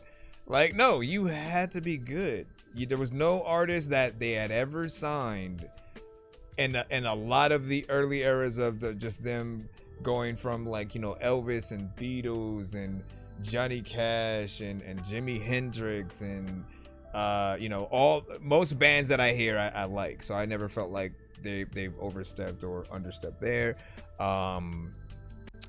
With hip hop, like a lot of the artists that came out were amazing, right? You had to like legit be able to rap. When it came to singing, you had to legit be able to sing.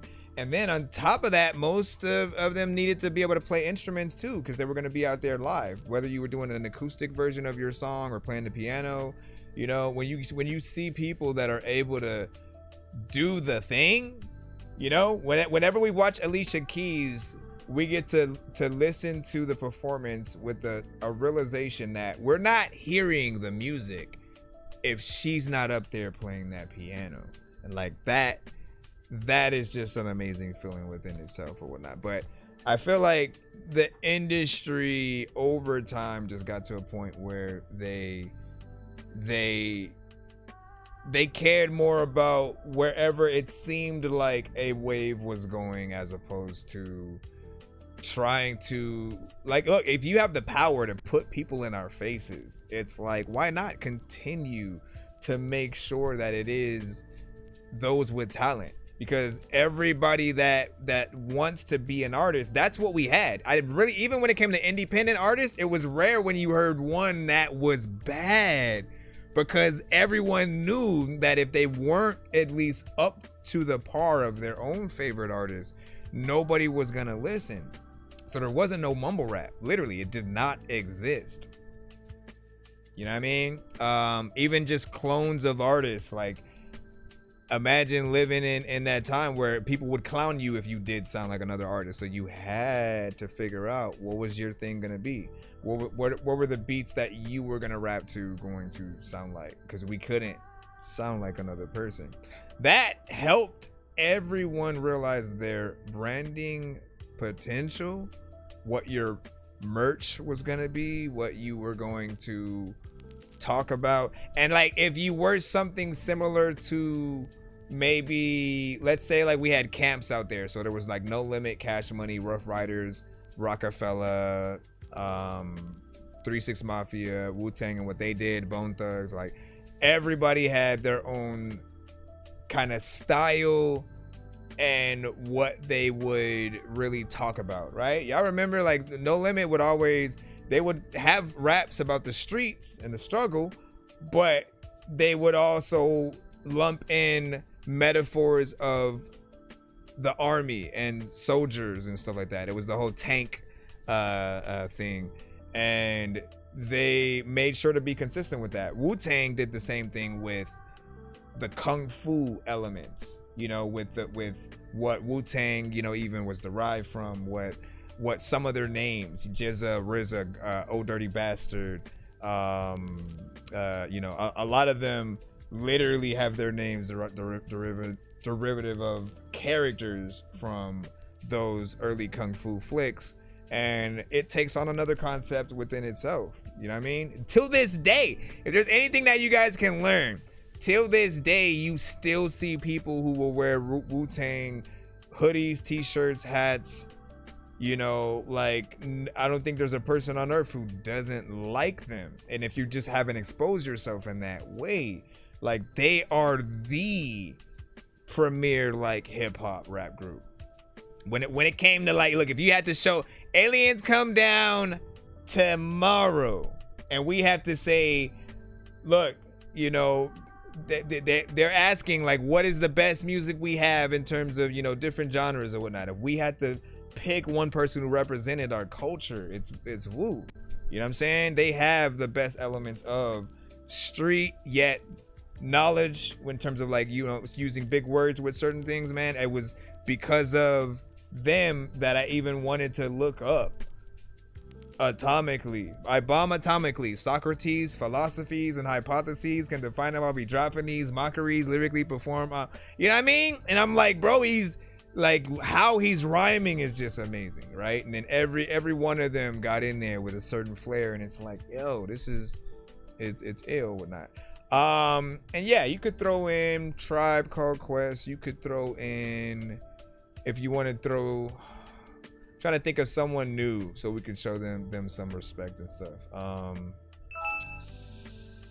Honestly, I wouldn't mind putting Norman Sands, Coast Contra, Joyner Lucas,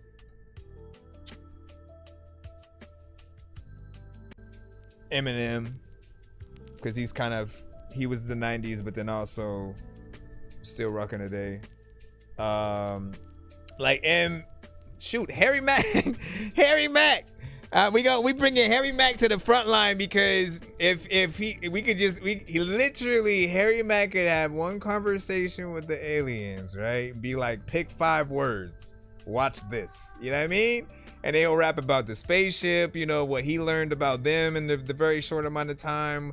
Rap about the planet. Like he would be the best person to somehow sum our world up in a freestyle for the aliens while also talking about the situation, right? Like that would be an amazing thing to see or whatnot, man.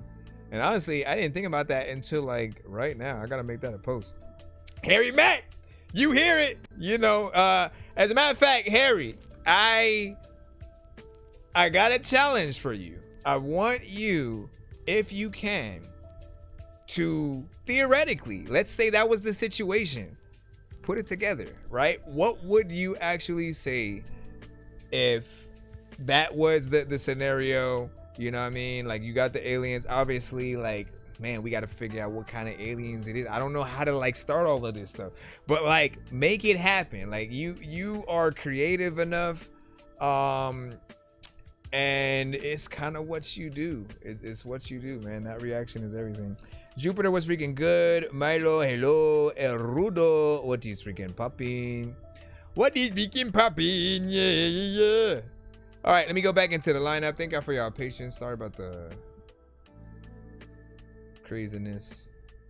He said, yeah, Harry Mack for Earth leader, man. And Blind Fury, bruh. Bring Blind Fury up for whatnot, because I feel like he'd be able to stand it. And they'd be pretty amazed. And we'd be like, this one's blind. And he can't even see. And look how dope he is, right? He can't even see you, and he'll still be able to come up with something, man.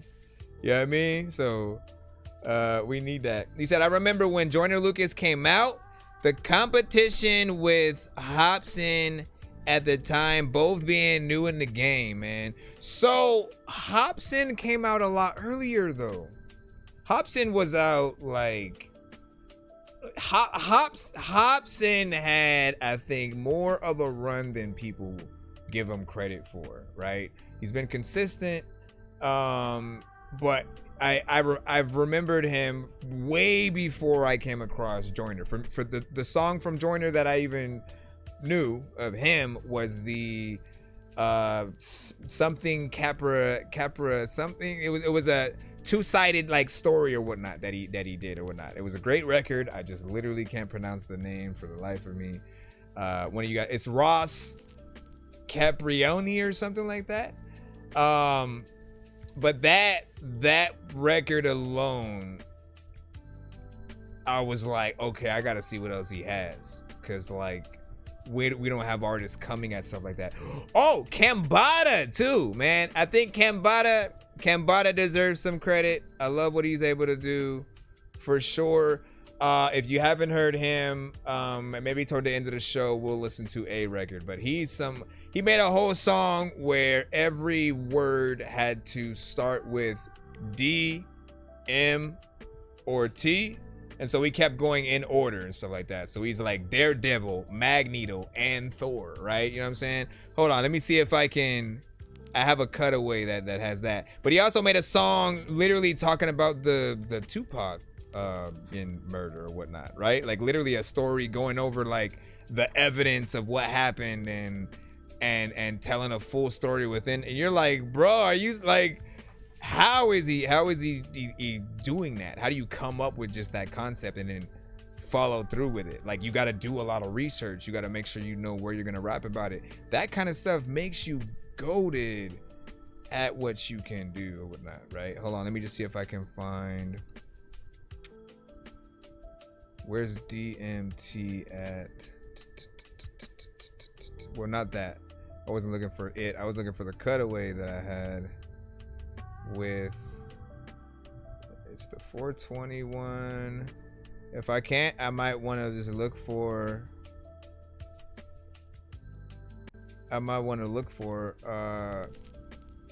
the video for the people. Oh, here it goes. Divide, multiply, transition. Digital molecular transmission. Destroy, manifest, transform. Daredevil, Magneto, and Thor. DMT's a deep maturity test.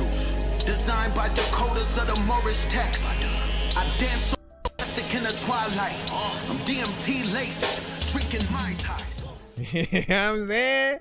It's like stuff like that I love, man. I love when we get to see people doing any kind of creativity and, you know, maintaining it. Like that whole song, just seeing what he utilizes in there is just wild. But yeah, shout out to Cambada. If you want to come back, it's fine. It's fine. If you really just want to get back together Field trip again, time video wise. I'm happy to do that. Just Oh yeah, field trip. sorry for the way I acted.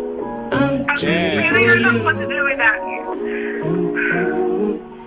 Okay. I love you. I mean, I do want to look at this like a class. She kiss me, then she diss me. Date me, then she hate me. Blowing up my phone, asking who the fuck is Stacy. Whoa, you acting crazy. You acting crazy, crazy lady. Find a destination, and I love just took that flight 180. Crashing and burst of flames. Say it wasn't meant to survive. Now I just think it wasn't meant for your life. I'm from a world that wasn't meant for your eyes. Your vision dull, and I live life lighter. My shit like lighters. Well, listen, shawty, I'm too litty for you. While you stuck in the past, I'm already on some new shit. Always on some drama, and I'm always on some cool shit. Yeah, I'm the king of fools, but you always say you not the one to fool me. I'm too litty for you.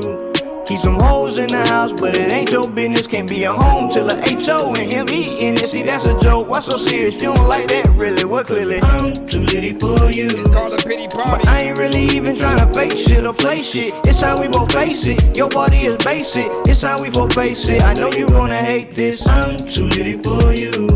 Someone hurt you in the past, now your body's up. Blame me for all this up. Baby girl, it's obvious that's not us. We had us a blast, but like Darkman said, the party up. I'm too litty for you, and you not good for me. I wanna make some music that you need, little shawty. Smallest violin, what I bring to the party. I'm too litty for you, and you not good for me. I wanna make some music that you need, little shawty. Smallest violin, what I bring to your party. I'm too litty for you. But like, you know that I'm cool. Like, I don't even wanna ever bring a soda to school. But listen, dog, I wanna talk about Yoda with you. Like, listen, Star Wars was a good movie, and R2, freaking D2, you know what I bring a car to the whole place. I don't know what to do, girl, but when you come to me and like hug me, I'm kissing your face. And there's a lot of times you think that you were so great, and I be going freaking like to work, but I'm so late, and I don't know what the hell to do. But when 4 plates pop up, I'm gonna eat off them because I'm hungry. So what else would I eat? Like, guys are crazy.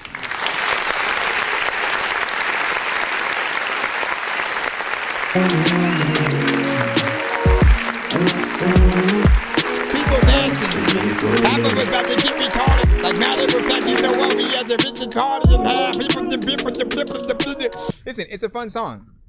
I definitely would, write a verse to that or whatnot. But it's a good energy. It's catchy. I think people would definitely plop that one on, in a party. And it doesn't sound like, there are certain people who kind of scoff at like mainstream records, club records, things where if it seems like the artist is not necessarily trying to impress in the ways that we've, traditionally wanted them to, right? If it's not like a bar heavy kind of thing or something, if you're dumbing yourself down, people will feel a certain way about it and feel like, you're just making that for the clubs or for this or whatnot. But I think when you're able to make something that equally can be played in that setting, but also people would listen to outside that. Because I like vibes. I like things that make you want to light up an incense a little bit and chill with it. So I like the overall production that comes with this. It's upbeat, which makes it more, you know, a little bit faster, so people can kind of get in there and like move around with it. So it's one of those things that gives you a little bit of options, and you have a good voice to go with it. You didn't just go in there, add auto-tune, and then try to become something that we've heard a million times, essentially, right? No offense to anyway, you guys who might have sent when you're using auto-tune. I'm just, you know, it is refreshing when we get to hear your actual voices, and you do that. Now, I also want to say that I do feel like you don't have to stop the song where it is. Like, regardless of whether or not you add a feature or something like that, you could still add more of you on it, right? More song, more time it gives you the ability to show more of what you can do. So don't just get on there and then do the same thing that you already did, you know, just with slightly different words this time. You want to figure out another way to come at it, or if you also rap in another specific way, like, that's your chance to sort of bring those things out. Pretend that this is the only song that certain people get to hear from you, right? Sometimes that's the case, right? Like when you're out in public and you're trying to show people your music or something like that, usually people are on their way to somewhere and they don't have a lot of time. And so when you do this, if someone decides to stop and listen, I always think about what would give them their money's worth, as opposed to like just hurrying the hell up and getting out of, you know, the song. But if you're good, you'll definitely make people feel like, oh yeah, we got something. But I mean, I think the key is you want to promote things. If you're doing it in public, you promote things in either a non-invasive way, like if you already have a speaker kind of playing it and people can kind of hear it then and there, it's a little bit easier because they can kind of hear what they're buying into.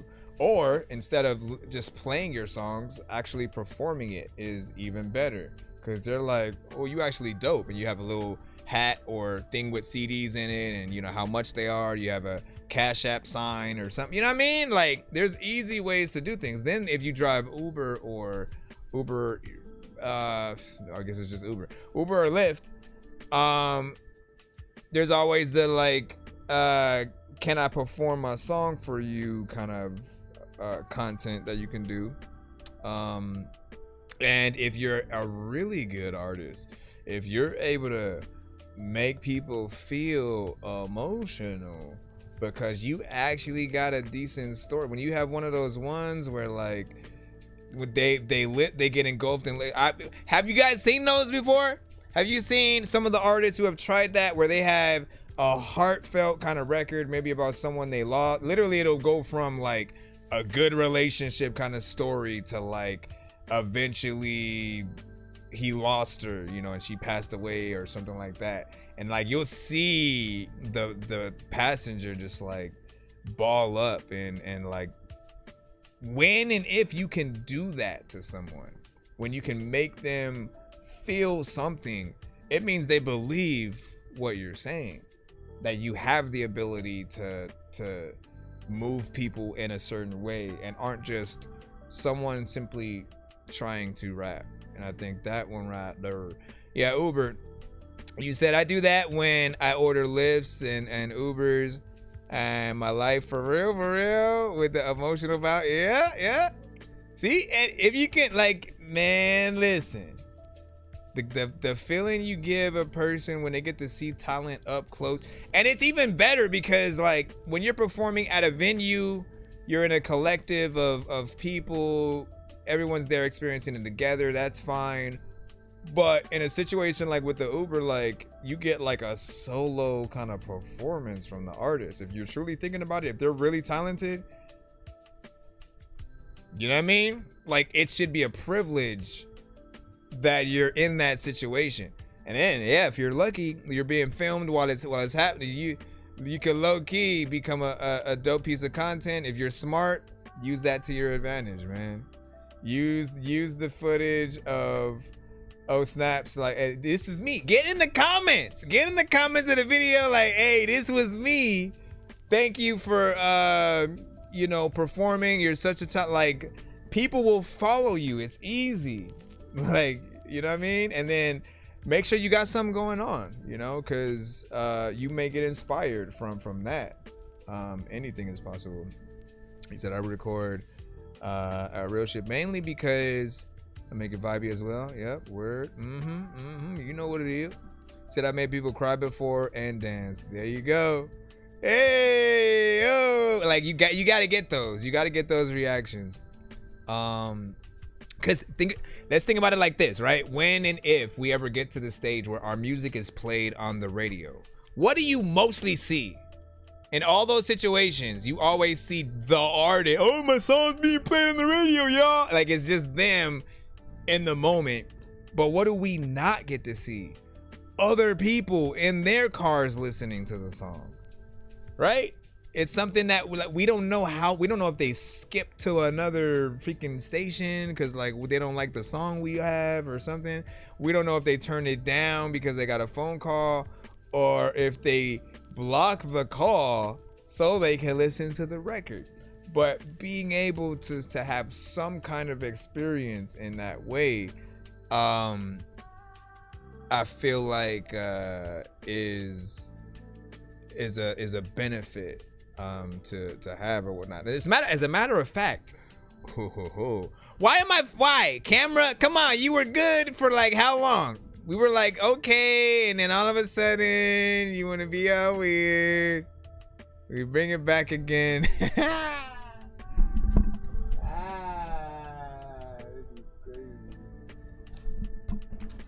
This is crazy. Let me do it again. I. So I used auto-tune, but I can sing or rap the same way without auto-tune. So what you also want to do is make sure you get the live performance. When you do live performances, just let it be you, right? As a matter of fact, give people something different than what they can get on the record. Bro, are you freaking kidding me? Again, I just got here. Let me do it again. I need to stop talking and then just get to the. Don't do it. No! 2 seconds! 2 seconds! Okay. Abracadabra. Oh, you know what?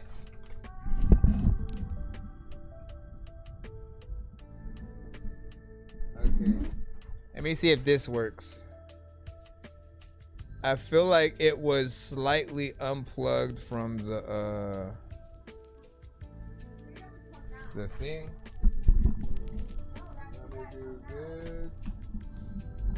Let me do this.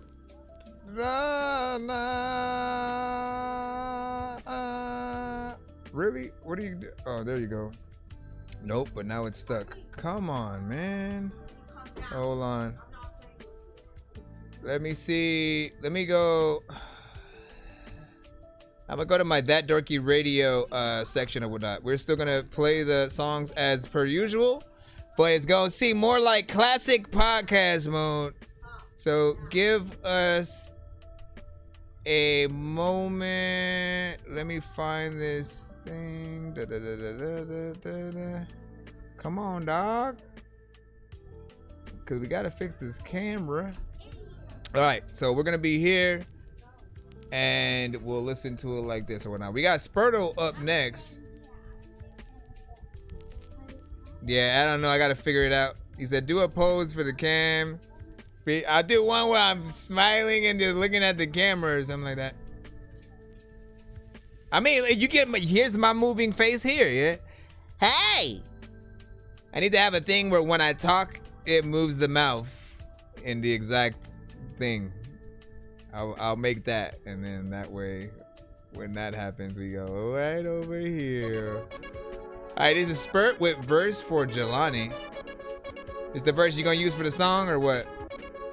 Fuck Fuck with my vicinity, yeah, I pity these shitty lit artists that wanna come start shitty. Now my door, my nigga, why you be barking? The heat got me sparking, but I don't be smoking. The closest to me, the window shit. I'm roping them in with the ties that got to the rap shit. Like a burrito, but filled with some maggots. Cause it's the same shit that leaving you gagging. Vigilante.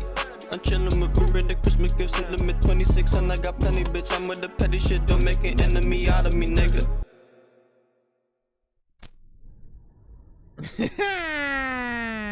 It feels weird to just stop him.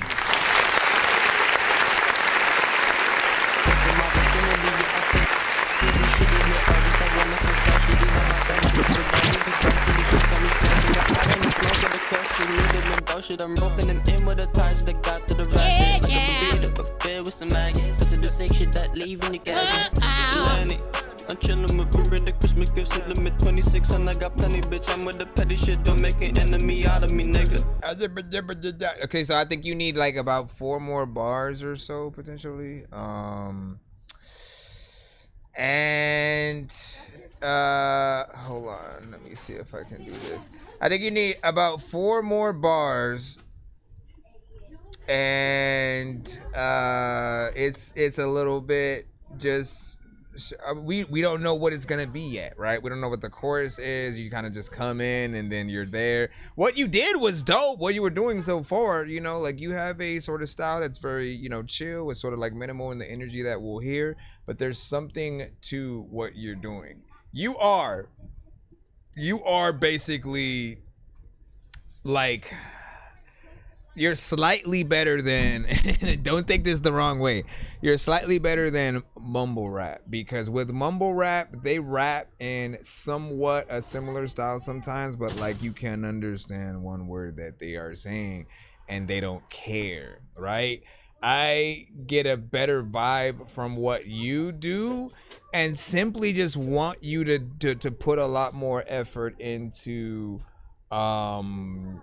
sometimes the energy or the amount of elements that we hear, because all the songs will feel like it's way more shorter and stuff like that. But yeah, let me see one more time, right? Let me count the bars. Fuck with my vicinity, yeah, I pity these shitty lit artists that wanna come start shitty. Now my door, my nigga, why you be barking? The heat got me sparking, but I don't be smoking. The closest to me, the window shit. I'm roping them in with the ties that got to the rap shit. Like a burrito, but filled with some maggots. Cause it's the sick shit that leaving you gagging. Vigilante. I'm chillin' with Ruben, the Christmas gifts at limit 26, and I got plenty, bitch. I'm with the petty shit, don't make an enemy out of me, nigga.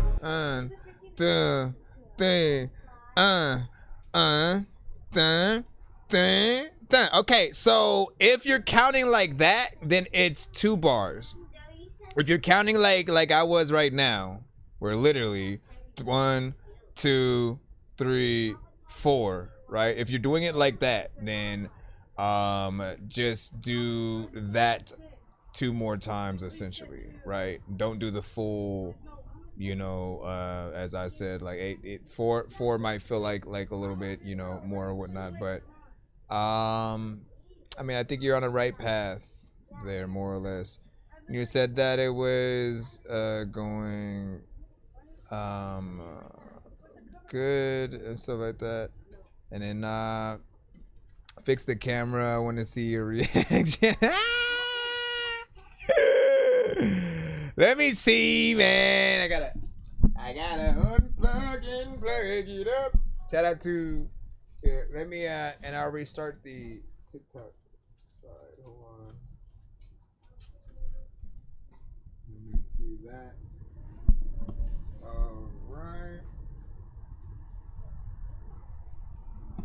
Okay, and I'm gonna turn this off and on. Take the battery in and out. And let's go over here. I plugged it on a different side too to see if that works. And let me see something.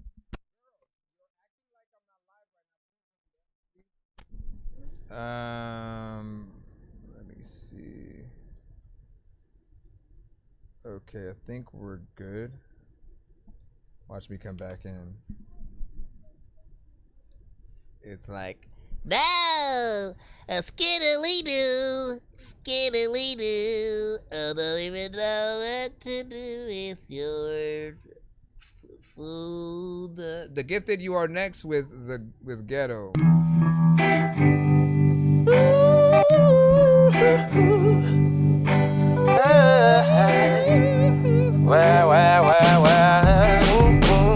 So much confusion. Why we struggle so much just to get by? Put my life on the line almost every time. Never thought of my life, but get a peace of mind. There was some times that I felt in the dark because of my bullshit, burned bridges and Master, with heartbreak, you gotta stand tall. Gotta pray, my God, I'm gonna be a star. Living life in the ghetto. Why do the good gotta die young? Take a look at my life, where I came from. So I pray to my God, I'll be the only one. Living life in the ghetto. Why do the good gotta die young? Take a look at my life, where I came from. Lord, I pray to my God, I'll be the only one. It's so hard living in the ghetto.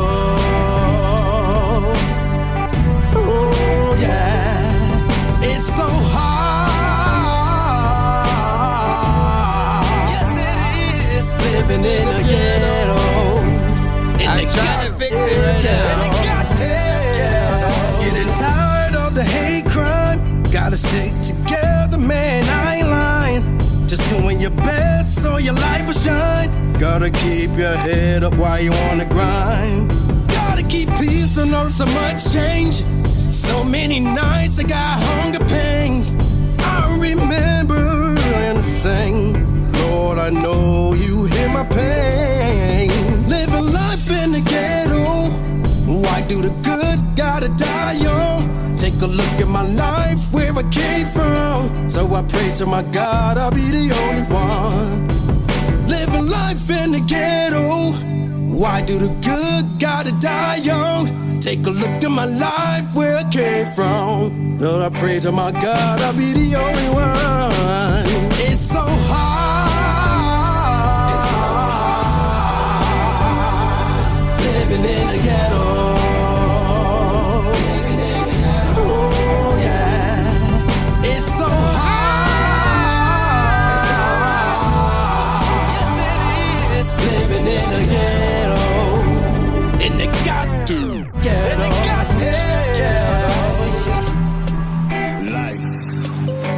Life in the ghetto. Only the strong survive.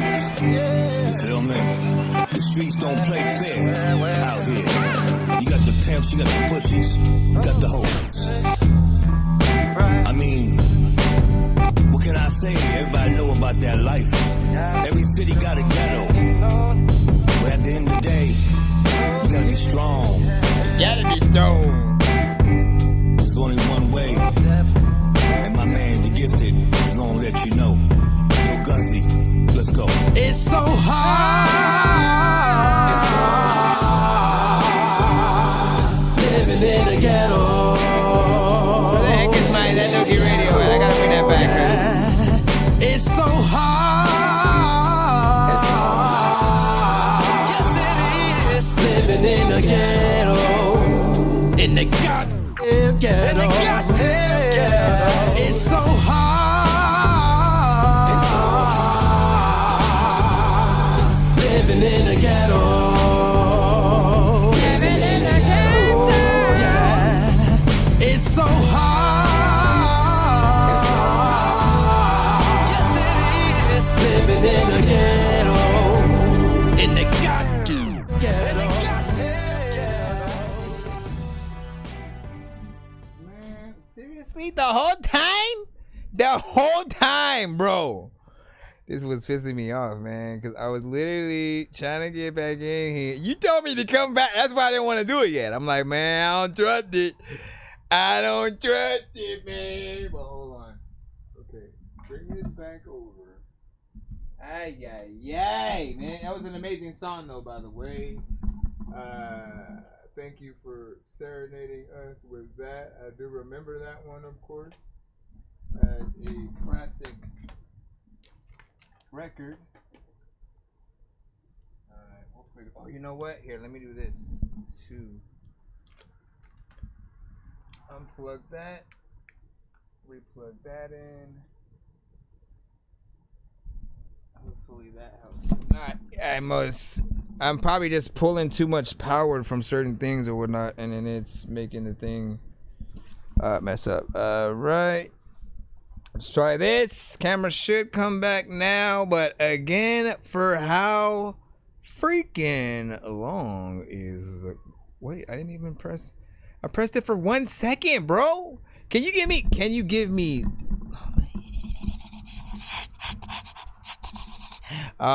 Anyways, we'll fix it. Hold on. It just is what it is. What else do I have plugged in that would be taking that freaking power ahoy? Because I didn't do anything new while I was streaming and it was fine. For the most part, I don't want to restart the stream either because what the freak. Let's try this. Alright, screw it. I'm gonna do it the way that I was going to, and I'm gonna hop back over to the That Dorky Radio area so that we can keep the show going while I'm trying to fix it, because what the frig is this? Okay, where are you? Where are you, Meet Little Beauty? No, not the podcast. Like, why? Where is this thing at? So I can review the song. Here, let's try one more time. Okay, go start from here. And let's see, That Dorky Radio. Okay, here we go. All right, so, jeez Louise, my brother. Okay, so that song right there, man, it's got a lot of soul in it. I think everyone can appreciate that because you got like a really good voice, right? You have that raspiness, that just pure talent that comes from you.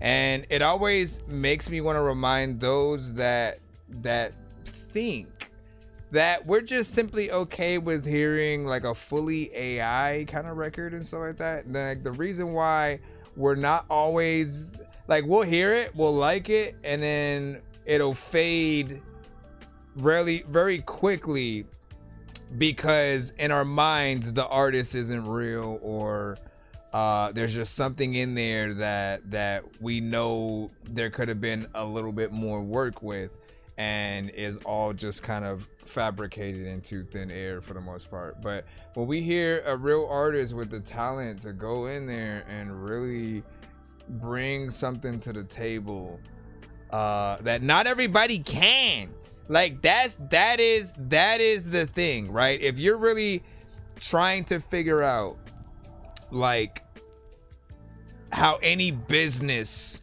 works, why people even would pay you more than just your standard whatever. There's always an entry position at every single company, no matter what it is. If you start off at somewhere, you got to start off at the bottom, and then eventually the longer you're there, the more responsibility you get and the more you get paid for it, right?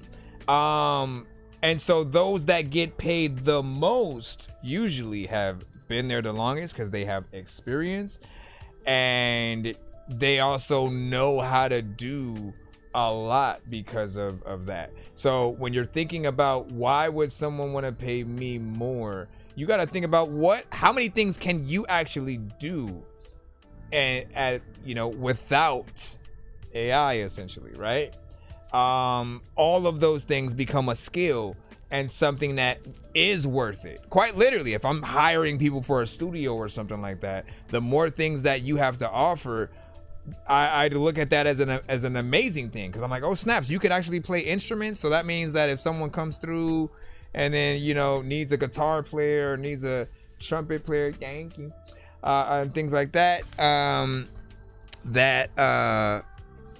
that you could play on their song, you know what I mean? Like it's a benefit. If you're a videographer and can do videos, quite literally, think about that as if a studio was looking for, you know, new staff or something, you as a videographer, you have so many choices of what you could do, because you're doing videos for artists. You can do short films, you could do you know, essentially like your own movies or whatever. But I always thought about, like, man, why isn't there a studio that provides the footage of each session for the artist for a price? Like, you know, if you knew it was there, like, okay, we when you worked on the song, we will record you visually, and if you want the footage, we'll edit it and you know, put it out on our site, and then also give you a copy to repost yourself or whatnot. Like, you know how much money you guys would freaking make from something like that, because so many artists need the footage, and because you have a lot of people that are trying to cut corners, and so they try to just record on their phone instead of going to the studio. Like, you have to have more reasons for them to want to come and show them why it is a benefit to be in that kind of setting. You're also getting a professional, whatever, producer, engineer, someone who has written songs themselves, so they know different ways you can come at a record. You know, you should always want to improve people in those situations, and I feel like you can do, you know, those things or whatnot. I love doing all that, and photography as well in general. Yeah, listen, Spider-Man. It's funny that they haven't added that to the movies yet, right? Like, none of the Tom Holland Spider-Man movies have dealt with him being like a photographer. And like, it's crazy because that was such a big part of everything we knew from him. And they're taking their time with it. You know, I'm fine with that because we did get a younger Spider-Man, so we get to watch him grow. But Spider-Man like inspired me in that way. I was like, man, if I was to like be something, like, I wouldn't mind being a photographer. He thinks to just like seeing him. Obviously we wouldn't be able to take pictures of Spider-Man, but it's just the act of getting that right shot, knowing when there's something like beautiful in the background or something that like, oh, this needs to be filmed, right? Because even if you play the games and you notice stuff, right? Like, I pay attention. And so in the game, it's not about him just taking pictures of himself. There are certain missions where you'll need to find certain like community events that are going on around the neighborhood, and when you find those events, you get that perfect shot of that. And so it could be like some graffiti that somebody did. It can be people setting up, donating for something or whatnot. When you're just seeing the community thriving and doing something, you know, it seems dope to get in there. And you know, when you said Stark money, man, and how does he keep up with his new apartment? So everybody's trying to think about that. So here's my thought, right? He was kind of working with, I'm assuming he was working with the police department a little bit, right? To catch some of the criminals, and you know, he always would get the heads up on that. I feel like they didn't say it, but I feel like he gets some of his side income from that.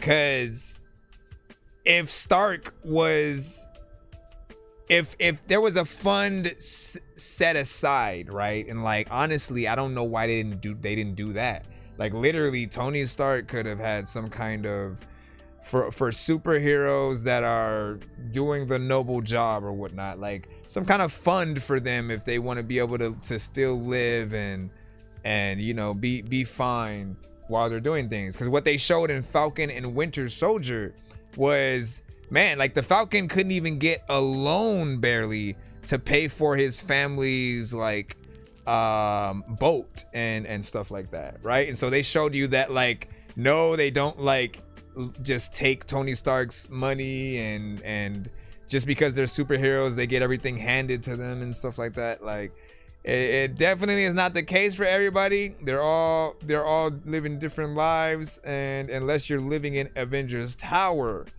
I would have to think that, you know, there definitely has to be something else. But you said, and then correction, Captain America. Listen, I will forever, like, I will forever know him as Falcon. He will always be Falcon to me. You know, we can call him Falcon America.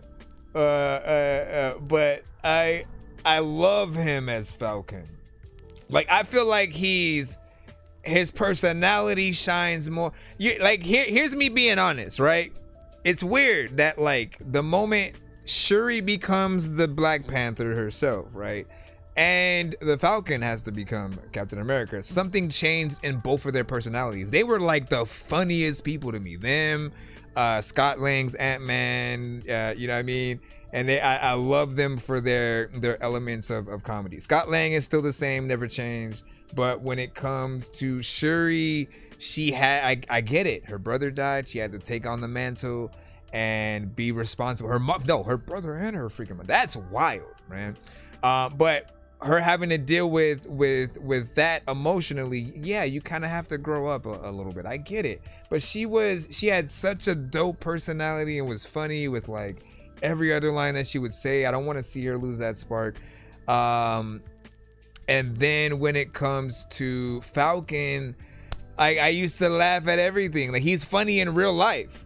And I felt like they would always give him good lines in the films too. And he was perfect as the Falcon, right?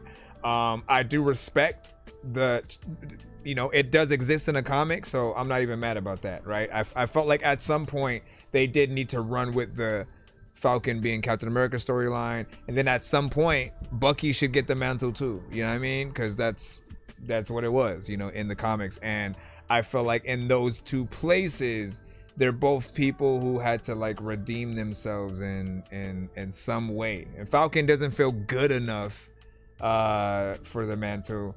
And Winter Soldier, you know, Bucky, he's done some things. And so he still barely feels comfortable right now being an Avenger, you know, like, you can see it.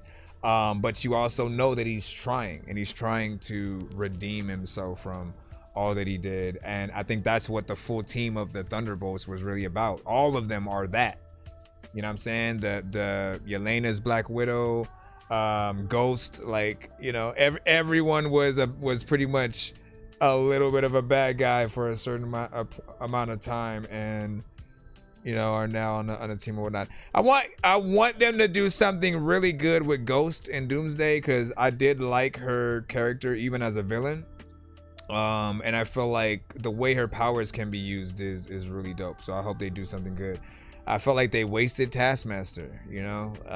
Not only did they do the gender swap thing, but they also just killed Taskmaster off. Like, why? Like, y'all gonna do all of that and then do that? Like, that's messed up. Like, for some of us, Taskmaster is another great villain. Like, if you see him in the games and any other cartoons and whatever media they've had, he's dope because he can analyze anyone's fighting style and then mimic that to a T. So we can go toe to toe with, like, no matter who it is, he'll figure it out. And seeing that in play, and it wasn't a technology thing, it was like his ability. So I feel like they wanted to figure a way out to lump it in with the Black Widow thing. I get it. You said Bucky should have been given Steve Shield. So Bucky could have been given it, and then what if Bucky got it first and then redeemed himself, and then something happens to him, and then Steve suggests that Falcon, you know, pick it up or something. I don't know, man. See, that's probably horrible. That's why we don't write this yet. That's why we don't write it, man. I think it was very progressive, and, you know, I do like. I still wish that Bucky could. I still wish that Falcon could be Falcon. That's all I'm saying. I still like Falcon. And now we have to have what's his name is Falcon, and I don't feel comfortable calling him Falcon yet. All right, give him a whole nother name, and then eventually I'll be fine, maybe. But I'm not a fan of him just yet. All right, I'm not a fan of him just yet. But that again, it's weird. It's like we're attached to Steve Rogers, Captain America. We're also attached to Falcon as Falcon. And then they're trying to replace both of them at the same time. And like, I get it, but I love these characters, man. How do you feel about Tobey Spider-Man versus Wolverine in Secret Wars battle? I mean, which was confirmed. Oh my goodness. Oh my, this is something we wanted to see for like years, man.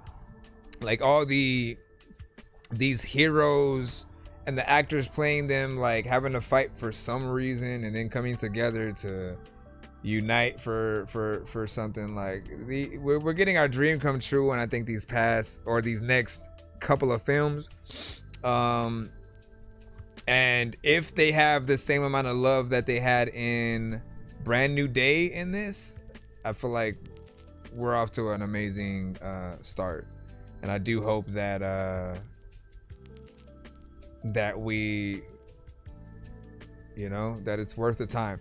I can suggest if Spider-Man is still in theaters right now for you guys. If you have a 4DX theater near you, go watch it in 4DX. And do the same for like Doomsday and so on. Like you'll never be able to watch movies the same way again, like just normally, because there's something different when the whole theater moves with the movie. And the smoke, when smoke is in the film, you see the smoke come out in the out of the screen, and like it's one of the best experiences I think I've ever had. And my gosh, man, like get back in there. But yeah, I think the fight, we'll see what happens, and I hope that there's more, that we spend a little bit more time with that scene and what happens. You know what I'm saying? Like we should be seeing Tobey doing something somewhere, and then suddenly his spider sense goes off, and then he has to pull down the mask and then like kiss his wife and kid or whatever, you know what I mean? And then like swing out the door so that we see what he's fighting for still now, right? And then saying hi to people as he goes past or whatever, like people that know him, so that when something happens, if something happens to his universe, that we feel that pain right along with him. And we'll see how everything pans out. But I feel like it's gonna be a fun scene, fun start to a movie, and we'll probably catch up with them back in Secret Wars from there. Let me see what you said. You said no matter whatever his name is, what Steve's finna be though now, right? I think so, Nomad.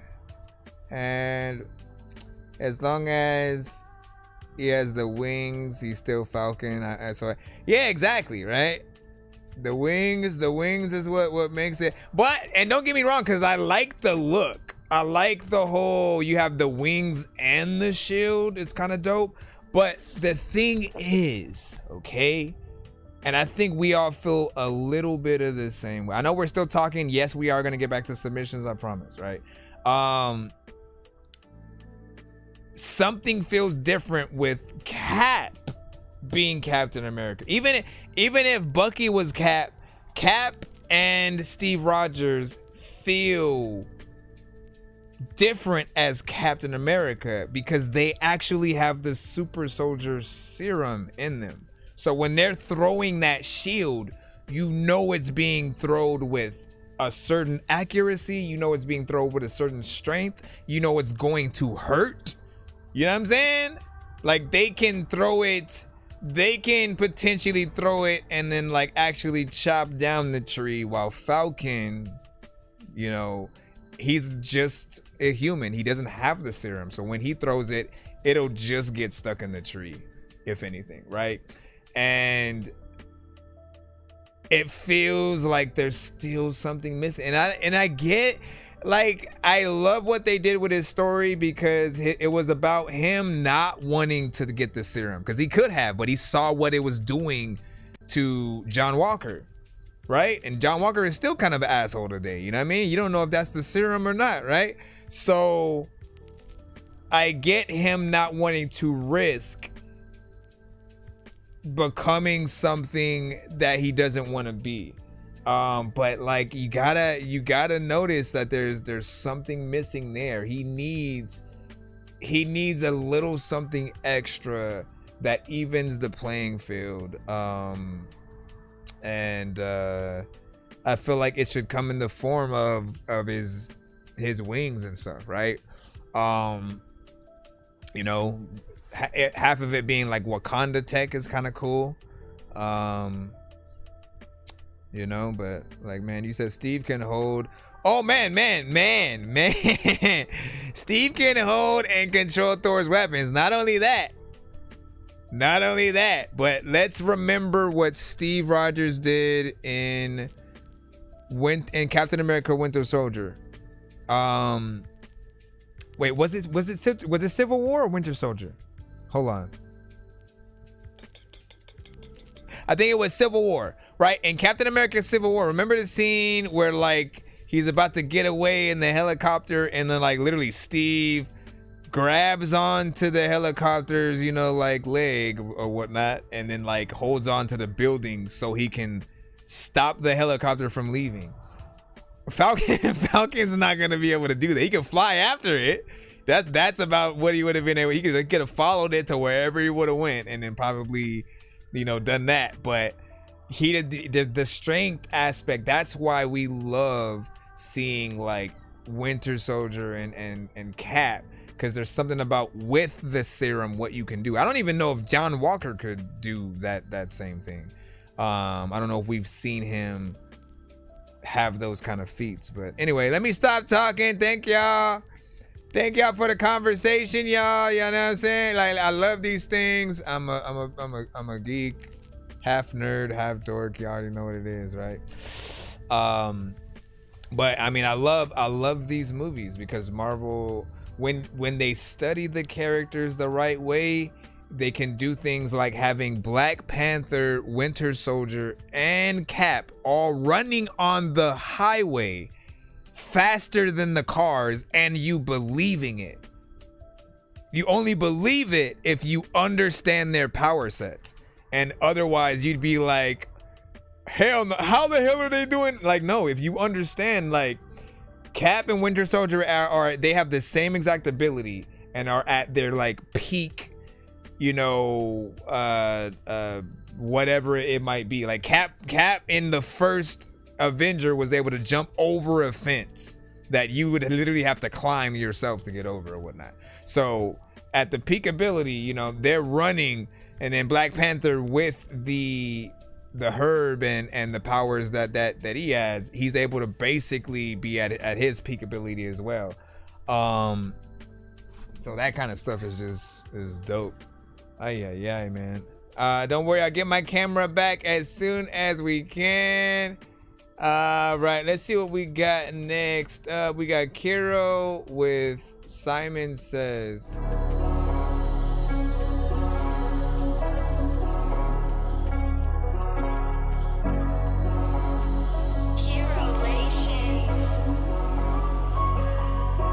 Come on. You wanna party, then we can.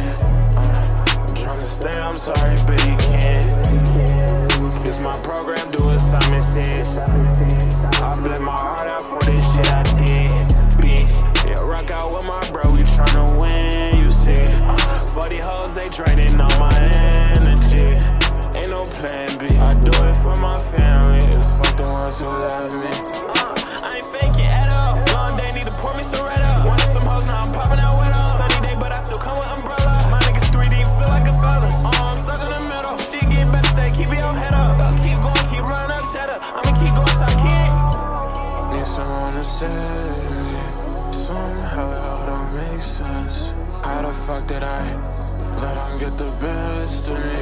Sometimes you gotta die to feel alive.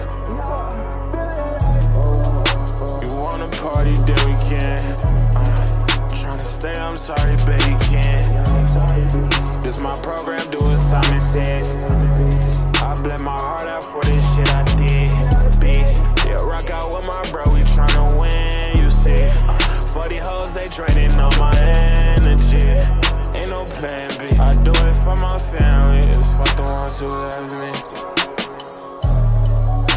For the family and shit, like, listen, dog, you'll never see me if I'm standing in a pit. Cause, like, why am I, like, standing in the pit? Like, listen, I just want to always, like, somehow always be planning just to spit on every single. Man. What do you guys think about that? Want to continue on feedback is welcome. Once again, that was Simon Says by Kiro. I do apologize at the view we have right now because I'm still trying to get my camera back, of course. But I like this record more or less. Oh my goodness. I feel like you had a little bit of a vibe, nothing too crazy. It reminds me of the, you know, more Juice WRLD trippy. Between that and then, you know, a little bit of Uzi and XXX, right? So we know the genre that you are going for, right? You know, and here's the thing, right? I want you guys to be able to bring respect to your genre. Because a lot of times we hear something, we know exactly the lane that you're going for. We almost know what you're gonna do on the record before you even come on the record. And to an extent, you know, it gives people a familiarity where they can expect something, right? If someone is going in very specifically, like, I just want to hear these type of records, millions of artists and that sound just over and over. If that's them, then that is fine. But there are those that are going to need more because then they won't see enough of the, like, originality within you. So I'm always going to recommend that you do a few different versions of your songs. One of those things being like an acoustic version, or like think the Tiny Desk version, right? If you had access to a band that could replace every element that you have in the production now, right? So if you have drums in it, then you get a real drummer. If there's a guitar element in it, you get a real guitarist up there playing that, right? And then you do that version of the song, right? Both as a studio recording and for the actual live performance where people can sort of see you out there, right? I feel like those are going to be the best versions of the song regardless of what we do. I know this because, like, man, when we've started watching more of the Tiny Desks, I think we appreciate those versions a lot more. Like, there are records where, again, it was other instruments, it was digital elements, but then in the Tiny Desk performance, we get it, certain elements replaced with actual trumpets or an actual, you know, backup singer and things like that maybe they couldn't get in on the record at the time. But you end up loving that version more than the original, right? Go watch Trippie Redd's Tiny Desk and tell me that suddenly, even if you don't listen to him, that you go, okay, this I can actually rock with or whatnot, because you're seeing him without any kind of effect to hide behind. You got violins and everything in the performance, so it allows you to respect the artist for a true performance and not doing the whole, like, performing with the record with all the vocals and things like that. Because I mean, how we cannot expect people to want to pay us, all right? Let me see if I can fix it over here. We cannot expect people to want to pay us at all if we're not willing to do the work. Like, what kind of backwards way of thinking is it to where we want to do less and then still have somebody pay us more? That literally does not make sense, right? So you should always want to give more of yourself. Let me bring this over here. Here, I'm still trying to fix it because what the freak I hate you. What the freak I hate you. Okay, let me bring this on this side and then I should be able to mess with it from here. Okay, what was I gonna say? That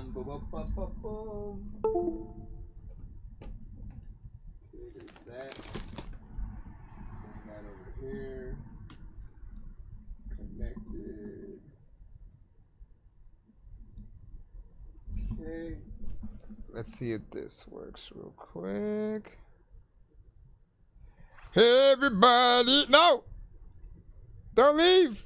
And you stay there. Do not get frozen. Alright, now come back over here. Bam, sucker. Alright, I'm back for however freaking long. Jeez, like, hey guys, what's up? Some of you guys don't know who was talking. Y'all just came in with a voice.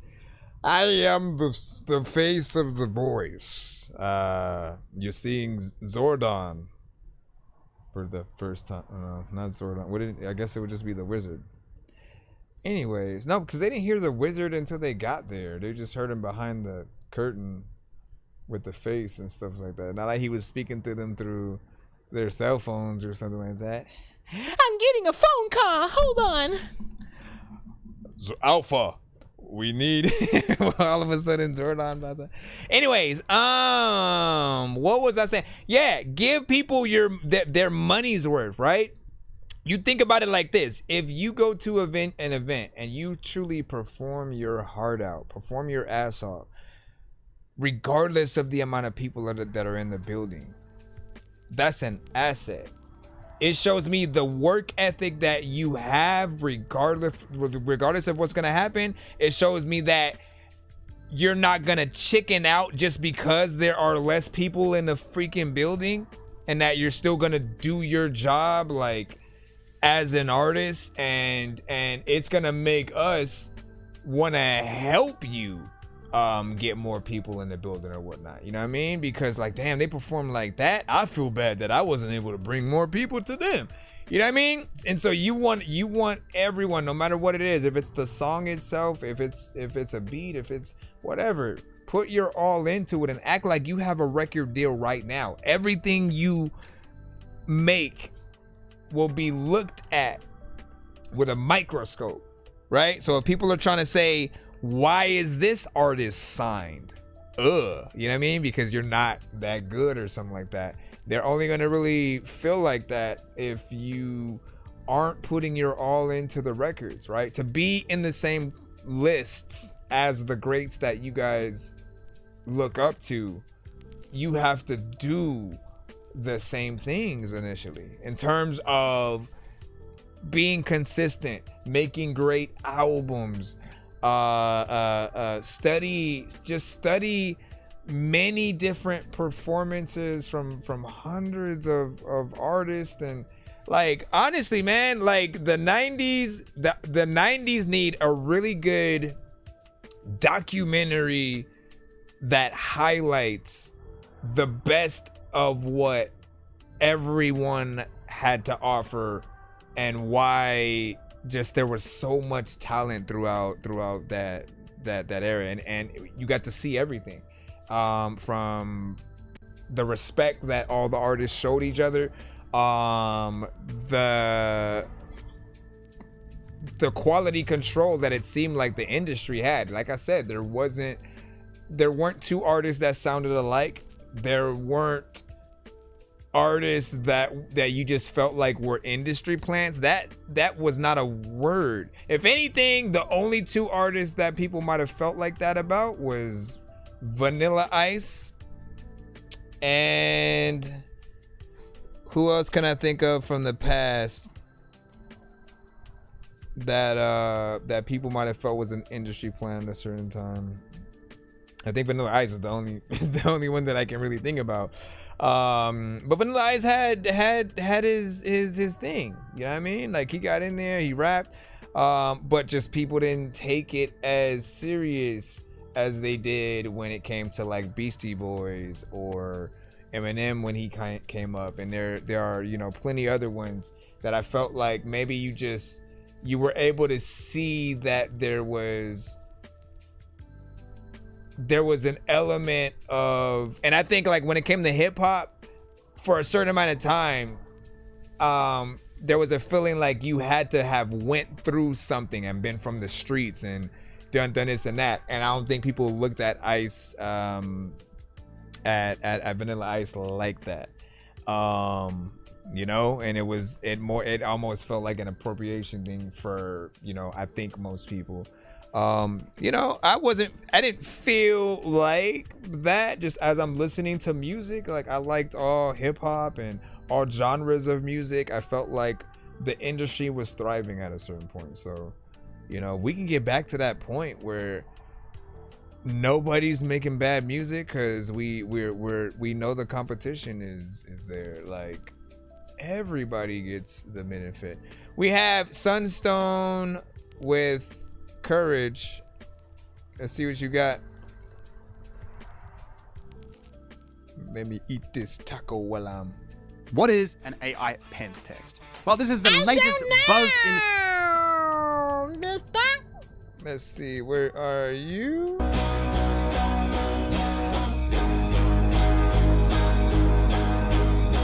He said, no, he wasn't no entity plant.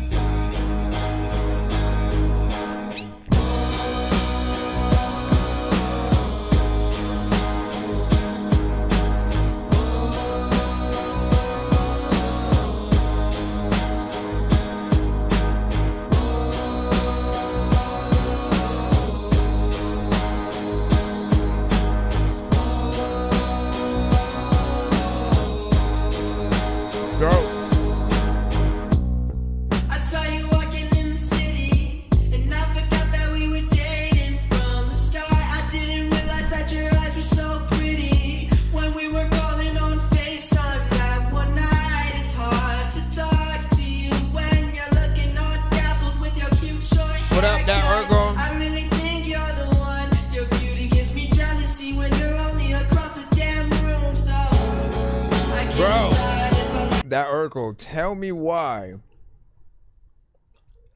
suddenly my camera started messing up today or whatnot. I don't know what's in the air, but I kept having to restart it like a bunch of times, and I was in a whole nother freaking scene for like 20 minutes right now because literally my camera just went out, and I was like, bro, that same thing was just happening at Top Music Attorney. That's wild.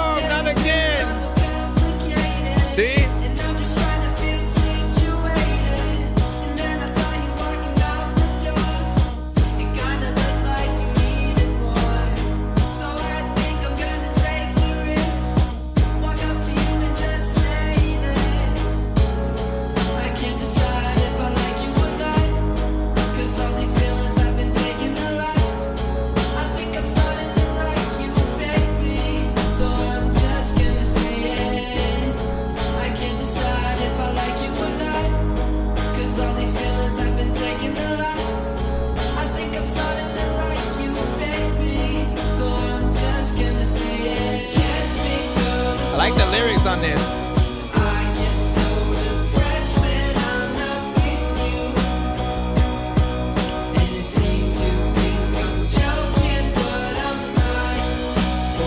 Yeah, I just had a taco right now. Kanye Asada.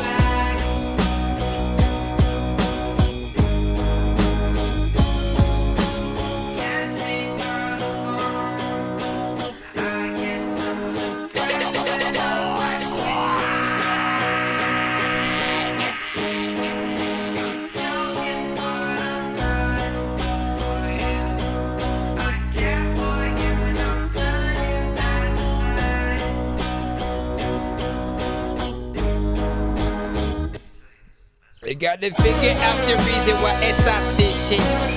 Matter of fact, you know when this is popping up, like people don't wonder why how the hell freaking another artist getting locked up. But you know I thought you could thinking it lots of times. I want to profit, but I cannot do it. People are on some toxic stuff.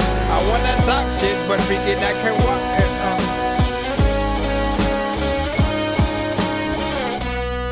I like that. That is definitely a song that I could hear out there.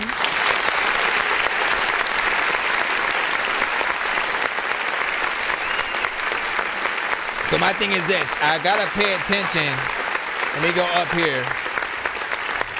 I gotta pay attention to whatever I do as well, because I feel like it's something that I click on, and then the moment I click on it, all of a sudden everything freezes as well. So it could be that. I'll take a gander. First off, though, I like this song. For me, I tend to like most rock, alternative, heavy metal, punk rock. Like, it doesn't matter. You know what I'm saying? You're in the rock genre. If you're in a genre where you can get in there and essentially the record feels like we can have, you know, a real guitar and drummer and things like that, then, you know, more power to you. It's hard to not make a good song within that unless you're just purposely going in all the wrong directions. But I feel like the writing is always important in these songs too, or whatnot, right? Because you gotta want to sing it back, and like a good way to even know if you're making a good record really is to think about the karaoke aspect. Think about the cover aspect. Other people in your genre and outside taking your song and doing their version of it, you know, putting it on like a costume or a glove or whatnot. And for other singers, when they do that, it's to pay homage to the songs and artists that they like. You know, if you could make a version of someone's song that is even, you know, like you bring a sort of light to them, as well as make them feel appreciative. And then when they talk about your version, if they've seen it, it's going to be more positive than it feeling like it's something that you butchered or whatnot. But back to the aspect of, if you make a song that's good enough, other people will want to go in there and sing it. That's what we do. For those of us who produce or rap, we like to do remixes of songs. So we'll either take the acapella of the record and then make a beat around it, right? Or we will chop up the song, add some drums, change the tempo, make it rappable so we can hop on. Of course, I don't even know what I did to do the freaking thing, but here we are again. Let me see if I can fix my camera again, y'all. Hold on. Why do I need a camera to hug me out?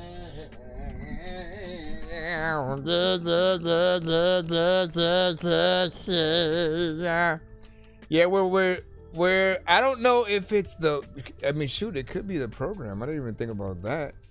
If we're like using LBS or something like that. So I'm just gonna not press anything and then see what happens, right? Well, I gotta go back to Nero to play. But yeah, so if you make a good song, other outside of remixes, that's what we as like rappers and, you know, hip hop producers and EDM and dubstep producers. There he goes again. See, I didn't even do it. What if I get it fast enough? Would it allow me to bring it back without having to unplug and replug? Probably not. Probably not. Like, listen. Okay, I kind of want to plug it. I don't want to plug it somewhere else and see if it works. Let's try. this USB.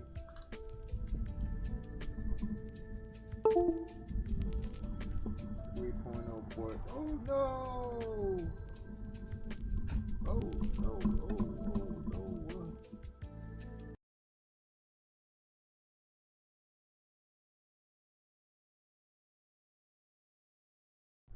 Fudge. That's not good. That's not good at all. Give me a second, guys. Wait. Oh, you know what? Can I take this out?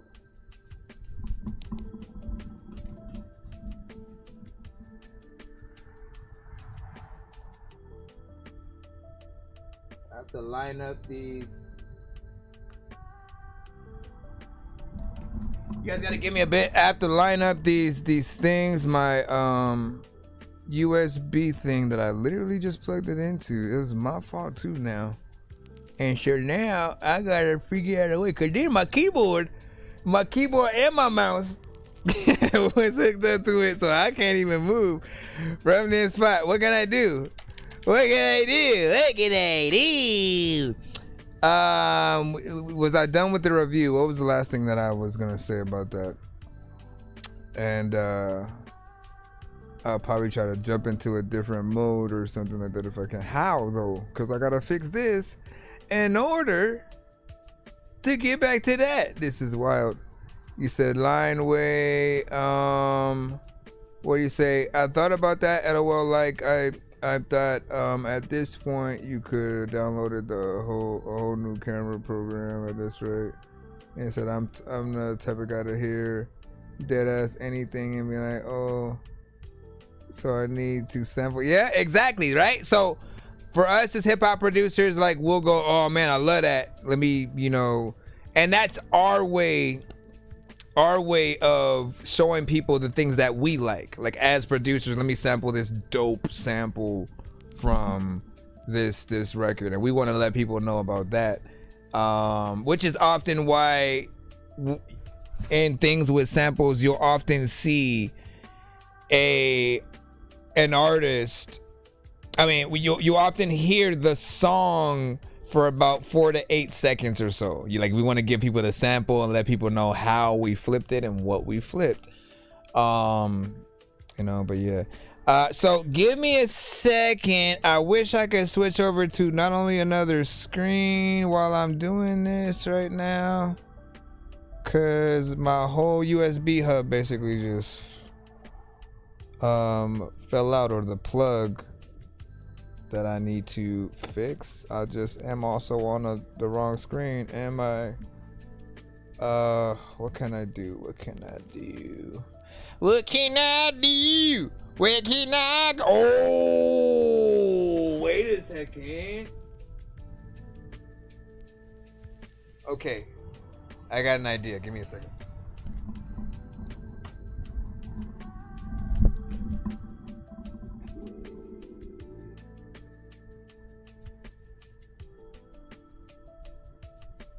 Where the hell is this?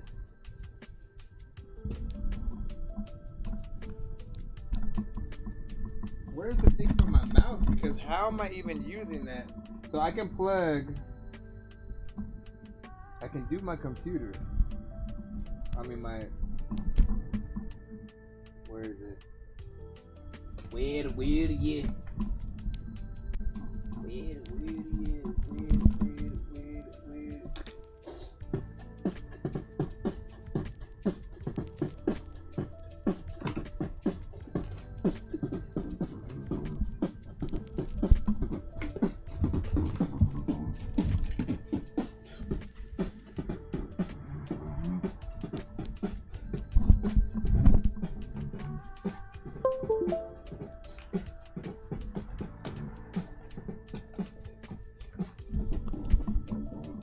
Okay, I got my keyboard back now. I just need to get my mouse. I'm gonna try to plug that into the keyboard because I got a USB in there. That should give me a little bit of leeway right now.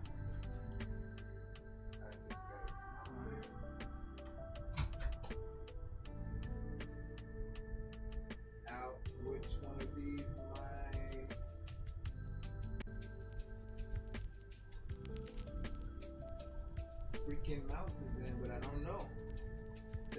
the weird part. I'm like, wait a second, how are you working? What is this?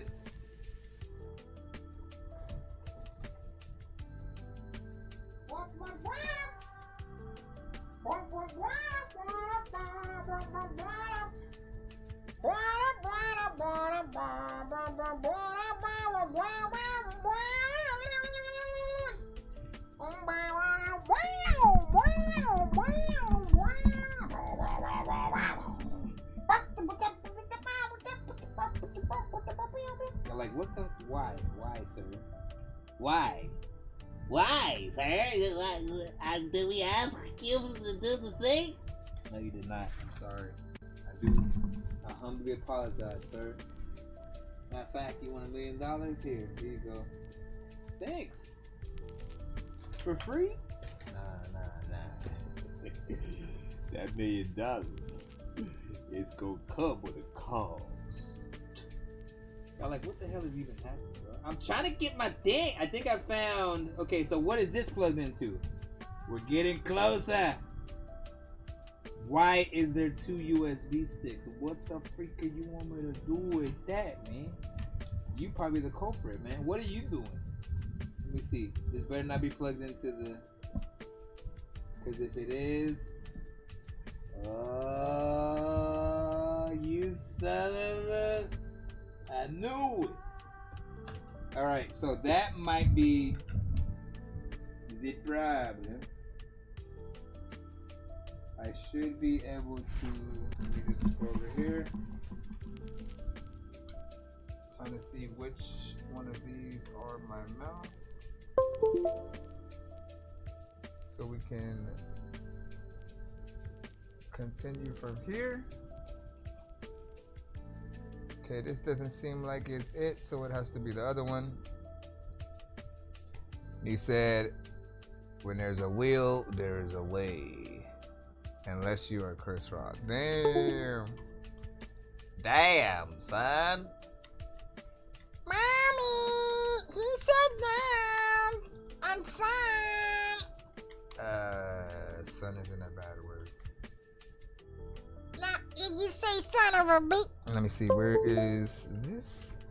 Aha! Alright, I got it working. Okay, so now I can at least go back here. Save yourself. Save yourself. Now, oh, you know what? Also, what happens if we need to know if I unplug one of these? Hold on, let me go back to this first. Where are you, Mr. Postman? Didn't I literally grab the ThatDorky radio thing? I did, and then all of a sudden, yeah, man. Why is it? What? Where did it go? Oh, there it goes. All right. So,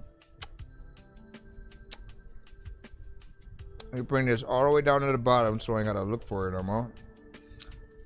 And I apologize for the wait as well as the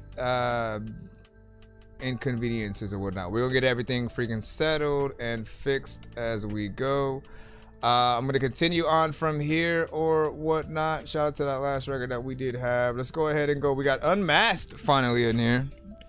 Sorry that we couldn't get you in the midst of the visuals and stuff, but I am excited to see what you have, and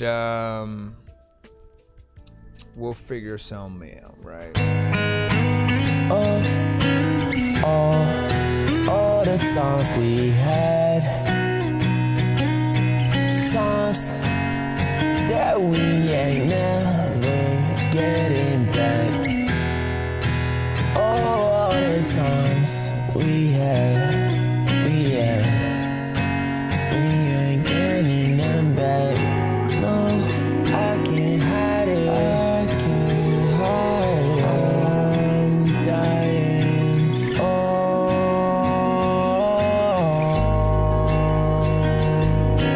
Listen to the world, block out all the noise. Only if I had a time machine. There's no way.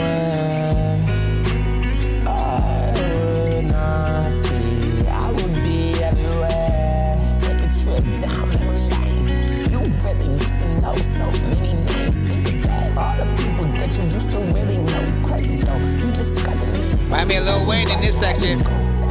Everybody had to grow up and live their own lives like remember the Any Lil Wayne influence potentially? used to go over at their house, used to chill, even food where their found, even though your friend was broken. Nights in the graveyard and we doing shit, running up on the place, not smoking. What about the late nights that you used to have with your friends when you going in the car and you driving anywhere from here, anywhere from here, anywhere from here. Pass the blunt, let's smoke right now. Light it up right now.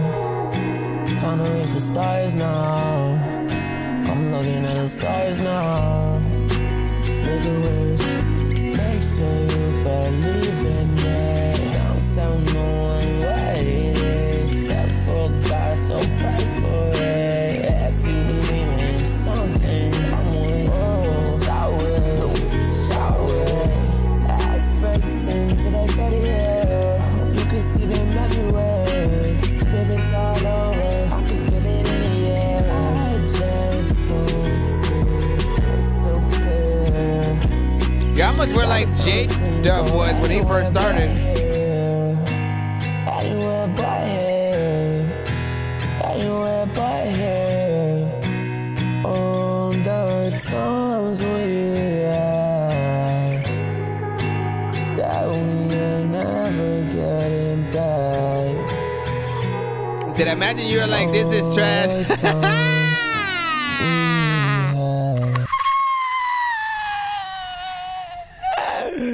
We'll talk about it.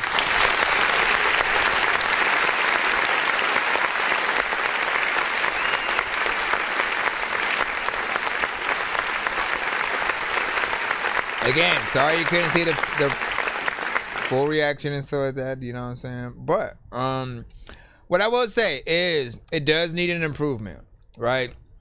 Better performance, better overall mix.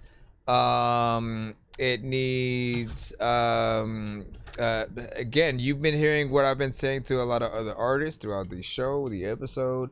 Earlier I talked about I mean, it was just off you mentioning the thing of like punching in or freestyling or something like that. And I've always said, like, sitting down, writing, making sure that every line is something that's dope and you can perform it is the best way to really make and then compile your actual, you know, songs and stuff. And I feel like you definitely need to get things proper and knowing where your melody should go in certain sections, because sometimes it felt like they were just going in random places, and then other times it felt like it was on and where it needs to go. Joey, stop it. But you do need to, because like, so there was an artist who sends to our show every now and then. I don't know if you had came in when he had sent something a little bit earlier today, right? 941 J-Dub, where he literally first started in terms of like the first batch of records he would send to our show. It felt like he freestyled every line, right? And it didn't really feel like he knew where his melody should go. So he was in the same exact genre that you're in and trying to make the same kind of songs. And I told him, like, you got to stop and take your time and really think about what you're doing, because if what you're singing isn't good enough, then you're not gonna have that aspect of people doing the covers to your songs and stuff. If anything, they'll try to write a better version of what you did, but you have to write the first right version so that they respect completely your version. And so, especially if you're in a different genre, right? So like if you're in something that, like with this, it's more acoustic and you're getting in there melodically, as you know, right? As producers, when we like something, we want to sample it, you know, and I think a good record has a lot of different sections where, I want to take that, I want to do that, I want to throw that in there. And so you want to have the sample aspect as well as the cover aspect, and you know, you'll take care of some of the the right. Yep, his name is. We got Chewy, Charlie, and Eevee. So, Pokemon. We got a Pokemon, Star Wars. You know, a Pokemon, a Wookiee, and Charlie wasn't necessarily named by us, but I can. I wanted to call him Charlie Brown. I was like, you know, he has Brown in him, so I'm just gonna lump it in. That way we complete the collection of, you know, some kind of thing in there.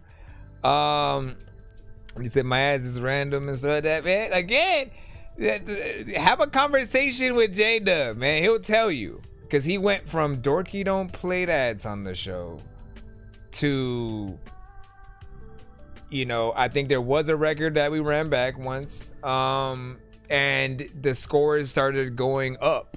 You know, it started staying out of the lower, you know, tier or whatnot, because he finally figured it out. And also, you know, this show is really about kind of finding your best records too.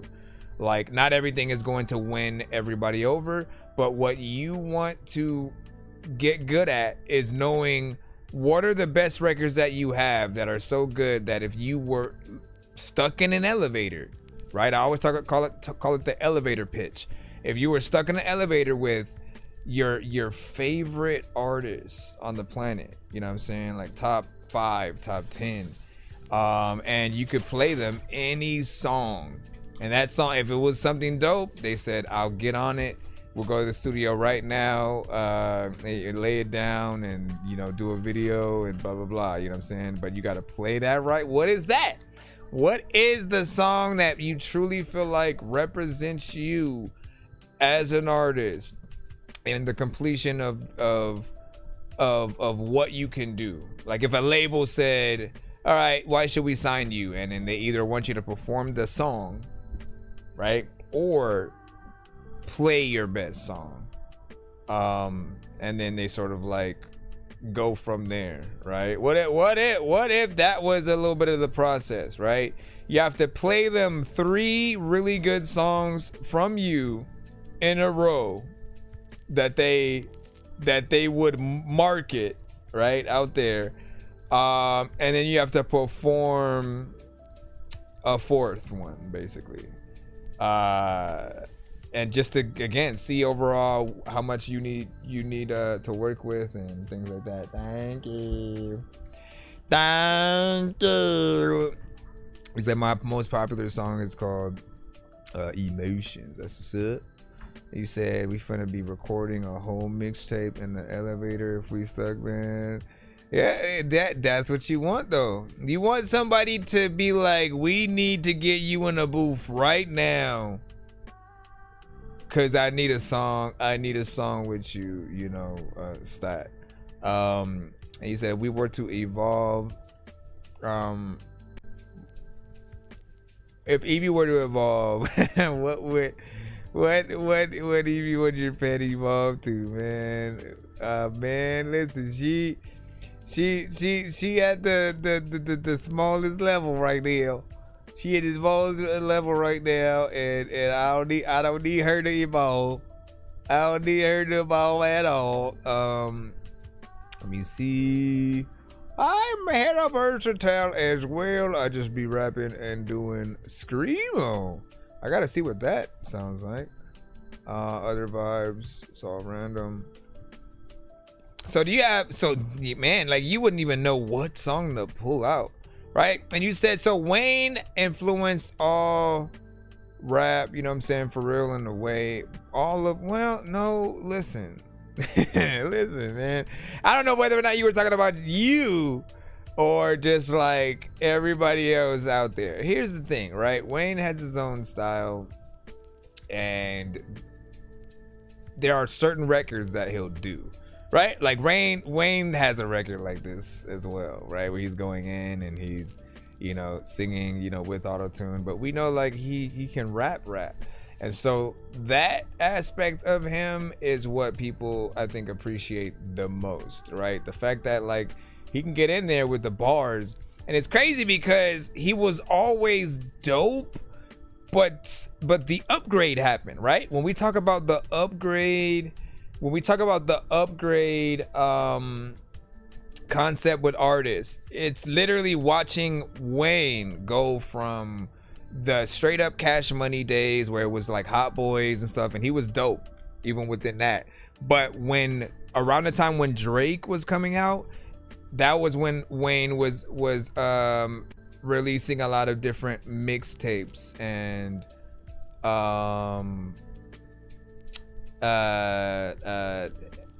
it was him, like it felt like he was trying to prove something.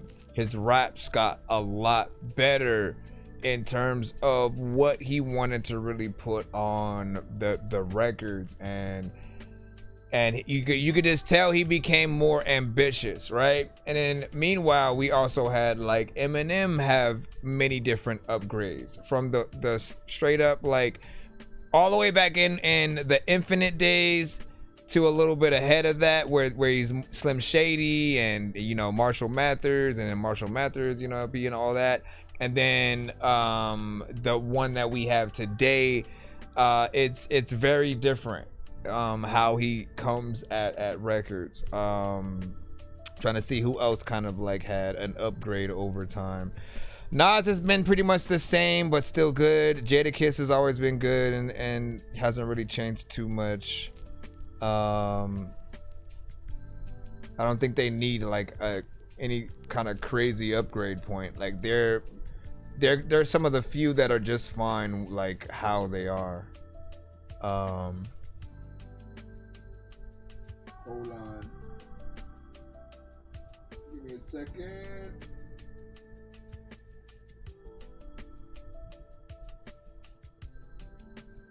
Hold on.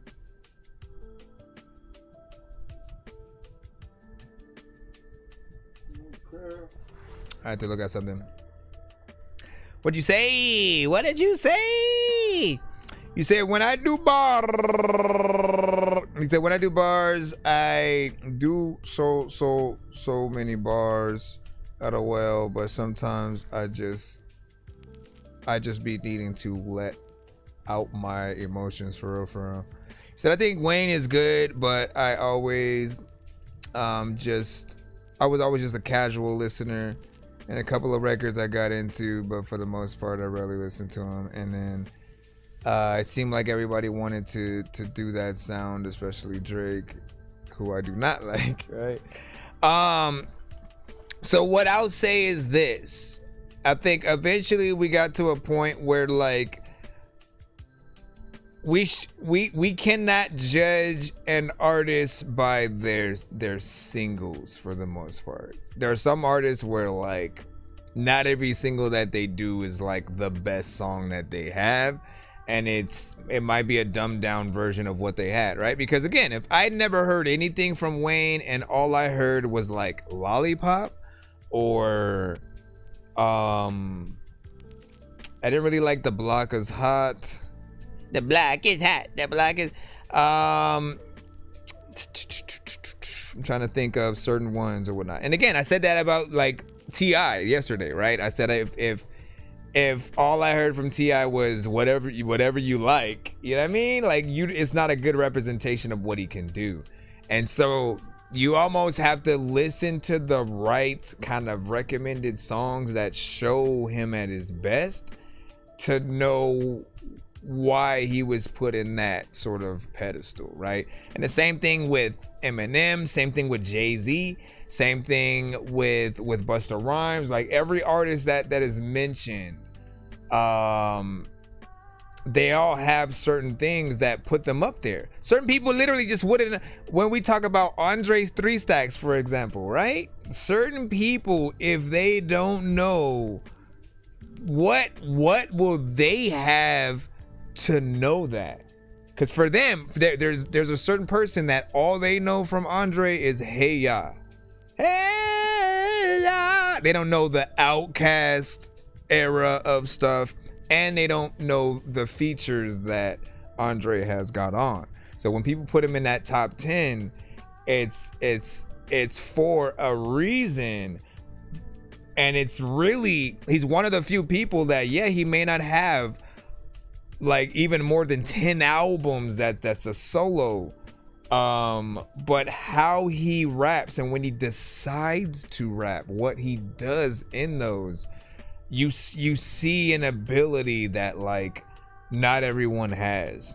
And I feel like that is, man, to be, I mean, Jay Electronica was also another artist that was on a lot of people's lists, and like Jay Electronica doesn't have a lot of albums either. You know what I mean? Lauryn Hill, for Pete's sakes, right? Like to be on that kind of list, I think is one of the highest honors, but at the same time, it's like give people more of you. Give people more. If the culture is basically saying, you know, you have what it takes, we cherish your ability, just release stuff, you know, so people can see it. So I'm going to produce it soon, and then I want you to hear the raw version, and then you inspired a written from me. Ooh, I need to hear that for sure. I need to hear that for sure, Matthew. And then what'd you say? You told me to write a song. I did. Yes, please. Did you send it to our Narrow so you can get in that lineup? Hold on, let me put it in the chat just in case you didn't get to it. Also, again, I'm trying to fix my camera, so we'll have it back up in just a moment. Usually I have my camera here. I know. I saw we just conversating for a bit before I get back into the music. All right, hold on. So what else did I need to do with my cam? Oh yeah, I wanted to see what happens if I unplug. I need to see if my mouse is going to leave if I unplug one of these. So let's see. Yeah, took out one. And the mouse stopped working. So I wonder if that's what it was. Hold on.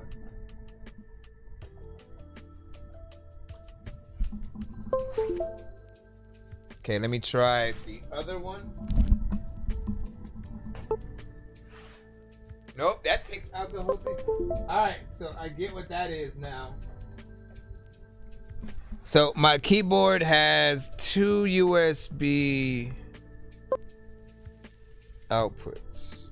One of them goes into the computer. The other one controls anything that I plug into the keyboard. So I plugged my mouse into the keyboard, which again it only has one available stick there, so that takes care of that. I could use this from now on like that, but then what used to be my camera slot is now taken up, and so I have to place that somewhere else. Let me see if I have a slot in the back of my PC right quick. While we're doing that, I don't want to jump into the next song because I want to be able to hear it yet. Let me throw something let me throw one of my songs on, I guess, just for the waiting. I'm trying to fit my camera, man. I trying to fit my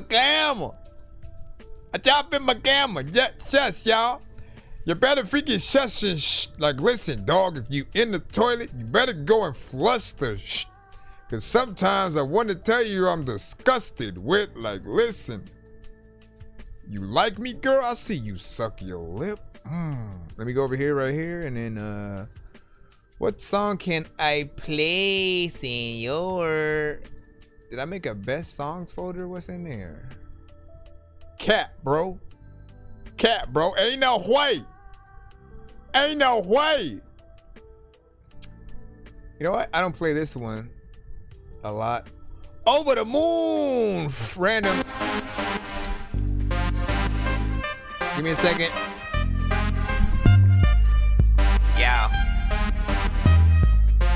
Yo, check. Hey yo, back up on my bullshit, trapped under the attic. I tried to think I'm grown, but then I'm still in the magic. I tried to race a car, then crash, flew in the traffic, started acting like a fool, like Zach Galifianakis. Seeing with my grandpa, putting on Judge Mathis while I'm on my PS Vita with pizza under my mattress. mattress. Give me your watch, I'll show you my little hat trick. Abracadabra, that shit just disappeared, that's it. Won't give it back, you're whack, you're like an activist. That doesn't stand for nothing, so we just plans to sit. I'll bomb your photo while smiling, waving my hands and shit. I'm on a pogo stick, jumping over the canyon quick. Open your hand, you'll probably find Nick Cannon's dick. I never back my shit up, but I can stand it, bitch. I used to think that a sandwich was a sandwich. I get money collecting a bunch of cans and shit. I'm like the cow who jumped over the moon. I'm like the dish who ran away with the spoon. Okay, you think I'm a nerd, but really I'm a buffoon. And I'm like a spider that got trapped inside a balloon. A what? In a balloon, I'm trapped inside a balloon. I said I'm like the cow who jumped over the moon. You know that I'm a dork and I don't know what to do, but all these nursery rhymes are corny but really cool. Yo, the game's over, I guess we don't need a fat lady. Your girl went from Catwoman to cat lady. She never goes outside, collects cats daily. You wanna play with clay with her like Pat Swayze? Want me to go to your church lady? You can't save me, because I'm covered in weed, comics, and rap, baby. The Cure, Journey, and U2, no that's 80s. I'm kinda dirty like Yoo-Hoos and Black Gravy. I've never been able to see my penis, is what a fat guy wouldn't say if he married a peanut. It's really hard trying to get my kids to clean up, and so I tell them if they don't, then I won't get beat up by my wifey because they up there.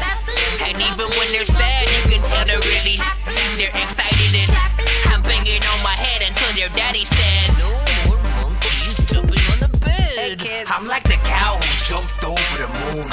I'm like the dish who ran away with the spoon. Okay, you think I'm a nerd, but really I'm a buffoon. And I'm like a spider that got trapped inside a balloon. A what? In a balloon, I'm trapped inside a balloon. I said I'm like the cow who jumped over the moon. You know that I'm a dork and I don't know what to do, but all these nursery rhymes are corny but really cool. I yo, my face bones connected to my mouth bones, my mouth bones connected to my ear bones, my ear bones connected to my headphones, my headphones connected to my cell phone.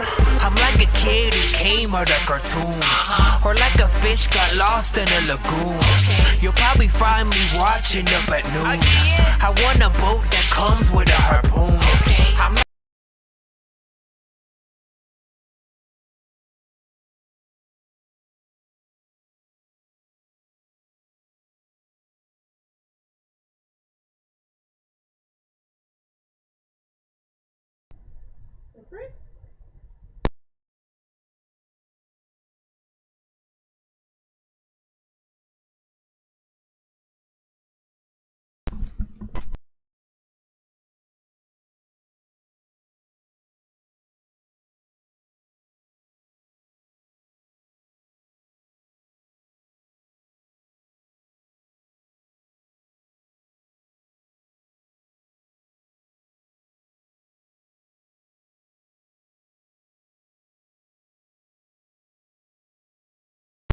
Oh my god.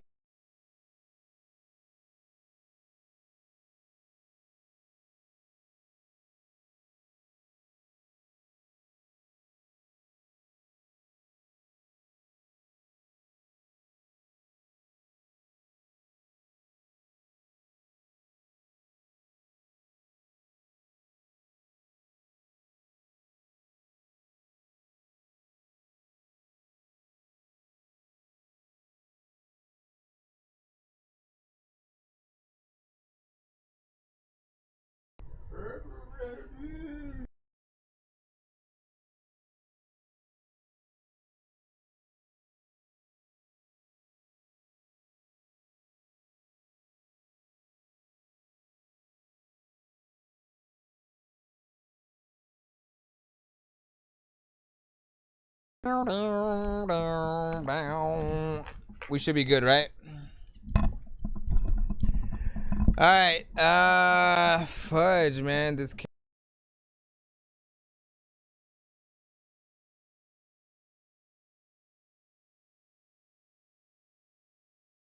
we'll have to just finish the rest of the show. What is... Oh, because my USB now is just going in. Come on, bruh. Leave it alone. Leave it alone. Alright, we got Milo. Oh my gosh! dish and ran away with the spoon. Why would you do that, bro? Why would you do that? No, see, and now it's tripping.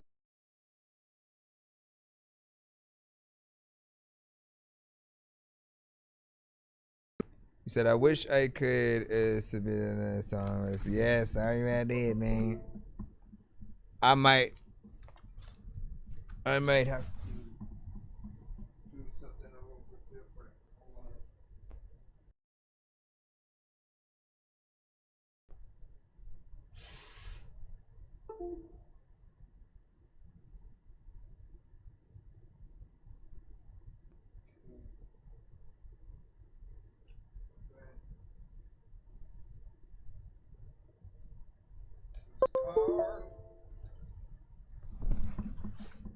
Hello.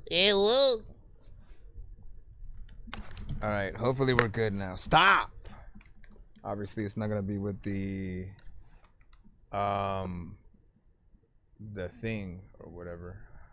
But where's, bro? If you try to open up one more time, say something again. Say something. What's the one limit thing? So we play one song for free. I don't even know if you can still hear me. We play one song in the free line. Oh my gosh.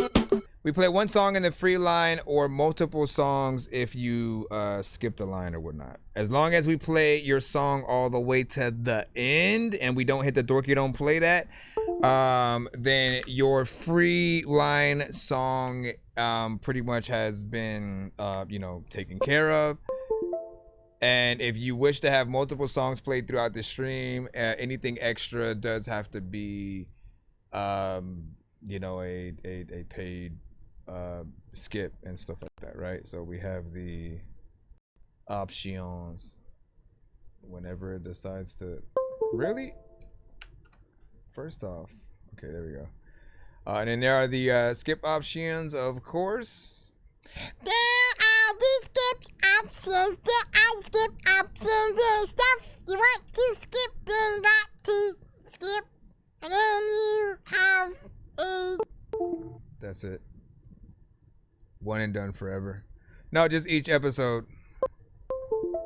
Just each episode. So if you want multiple played, plan to skip. You can also get things played in a back-to-back fashion, and then there's the skipping clips that will make me record the reaction and upload the thing. But what the freak, man? I'm just gonna play this because my USB is just going in. Trying to get the video up.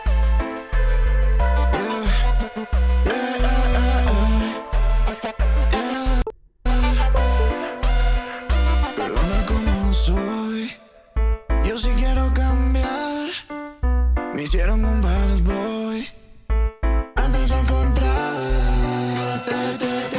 Vente aquí, pégate a mí. Yo Sanji de One Piece, a Minami.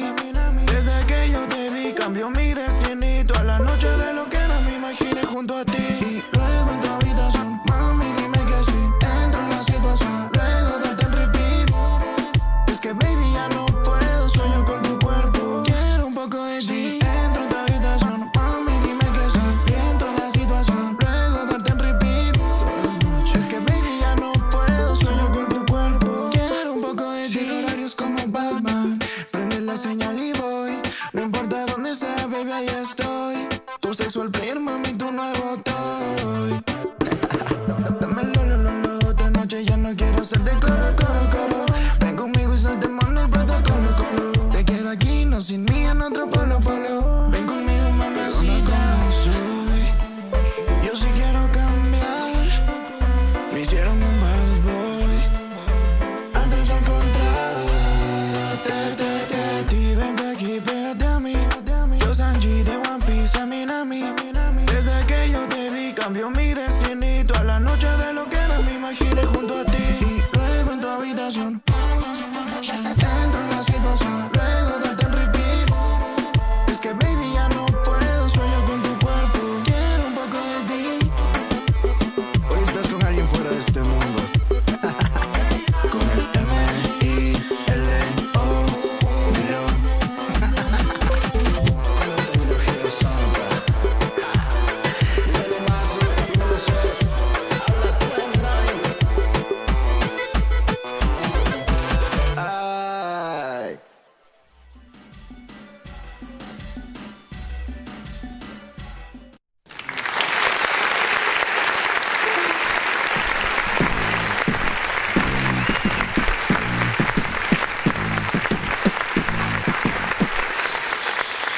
All right, so once again, we usually have a camera, but everything, like my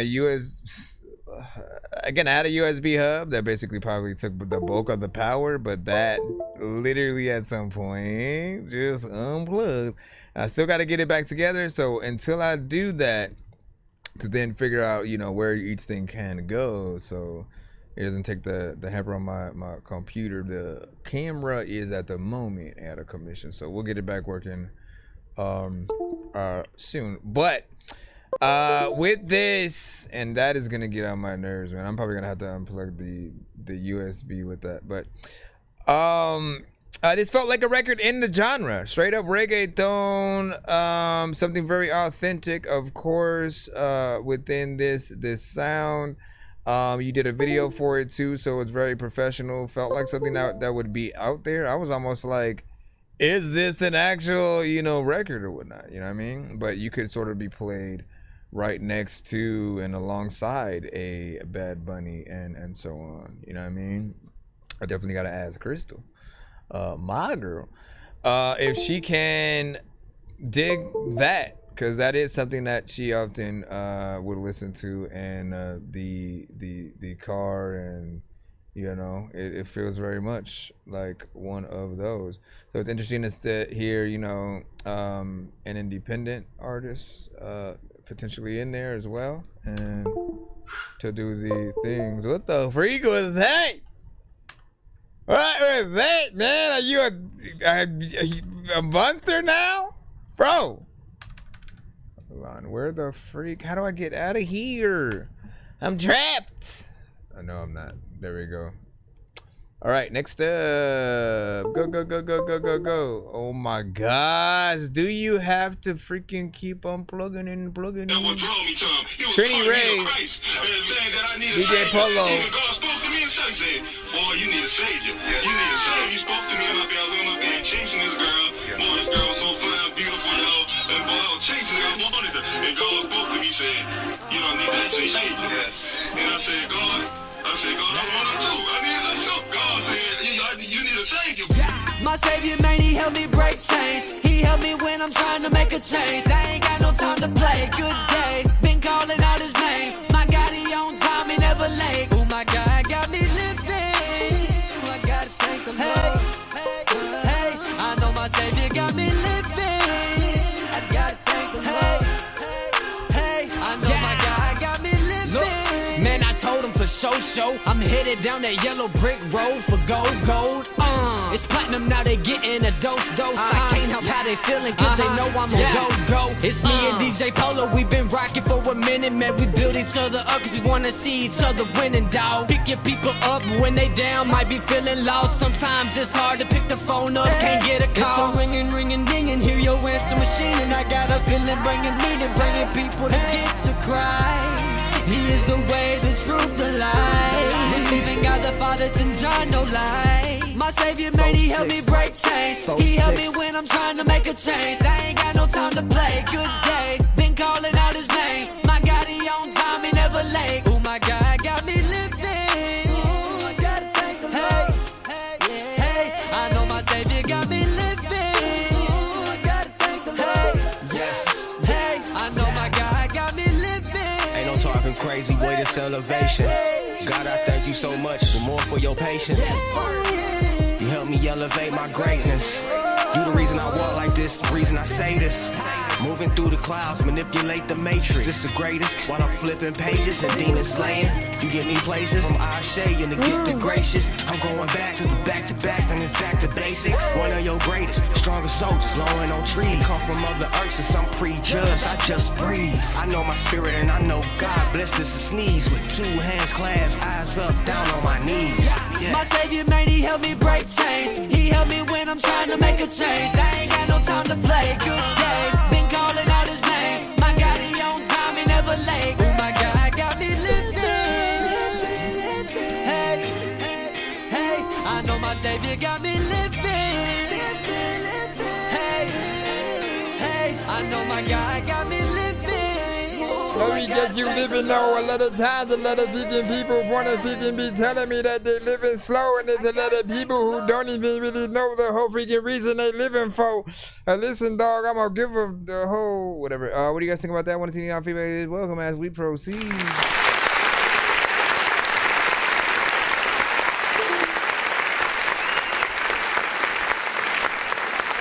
I like that. Great concept. Great concept, good writing, a good melody when it comes to that chorus, of course, and then keeping with the theme throughout the record. We have 2 minutes and 55 seconds of song. You're 5 seconds away from that 3 minutes, but you know, I'm fine where it is at, you know, so keep doing your thing for freaking sure, man. I think you're consistent with the records like that, and you know, when you can get the artist to shout you out on the freaking song, like how much more authentic do you need it to be, right? So we appreciate that right there, man. Again, I gotta hurry up and plug this in so I don't have to keep hearing this. Like, listen, calm your butt down. I need to take off the thing. Oh my gosh, this is gonna drive me freaking crazy. It's gonna drive me crazy because I still gotta get the camera back, but I can't do that without fixing this, without fixing that. Yeah. We have Kyrek with Rabu Devi.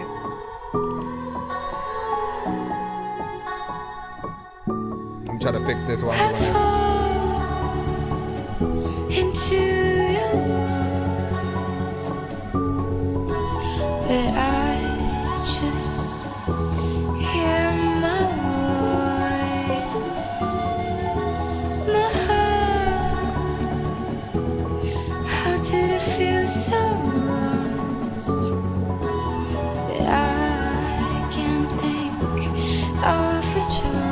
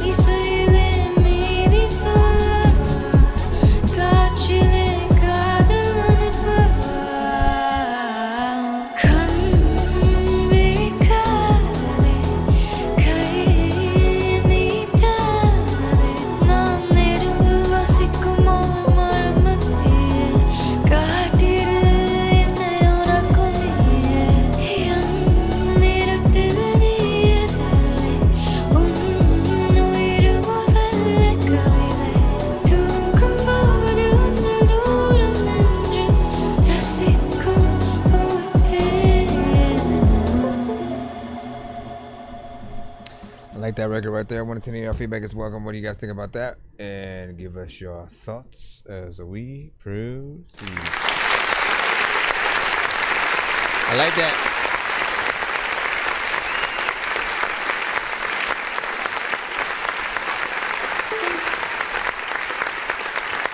I'm trying to see if you were the one of the artists that I had heard over at the show that ThatDorky did.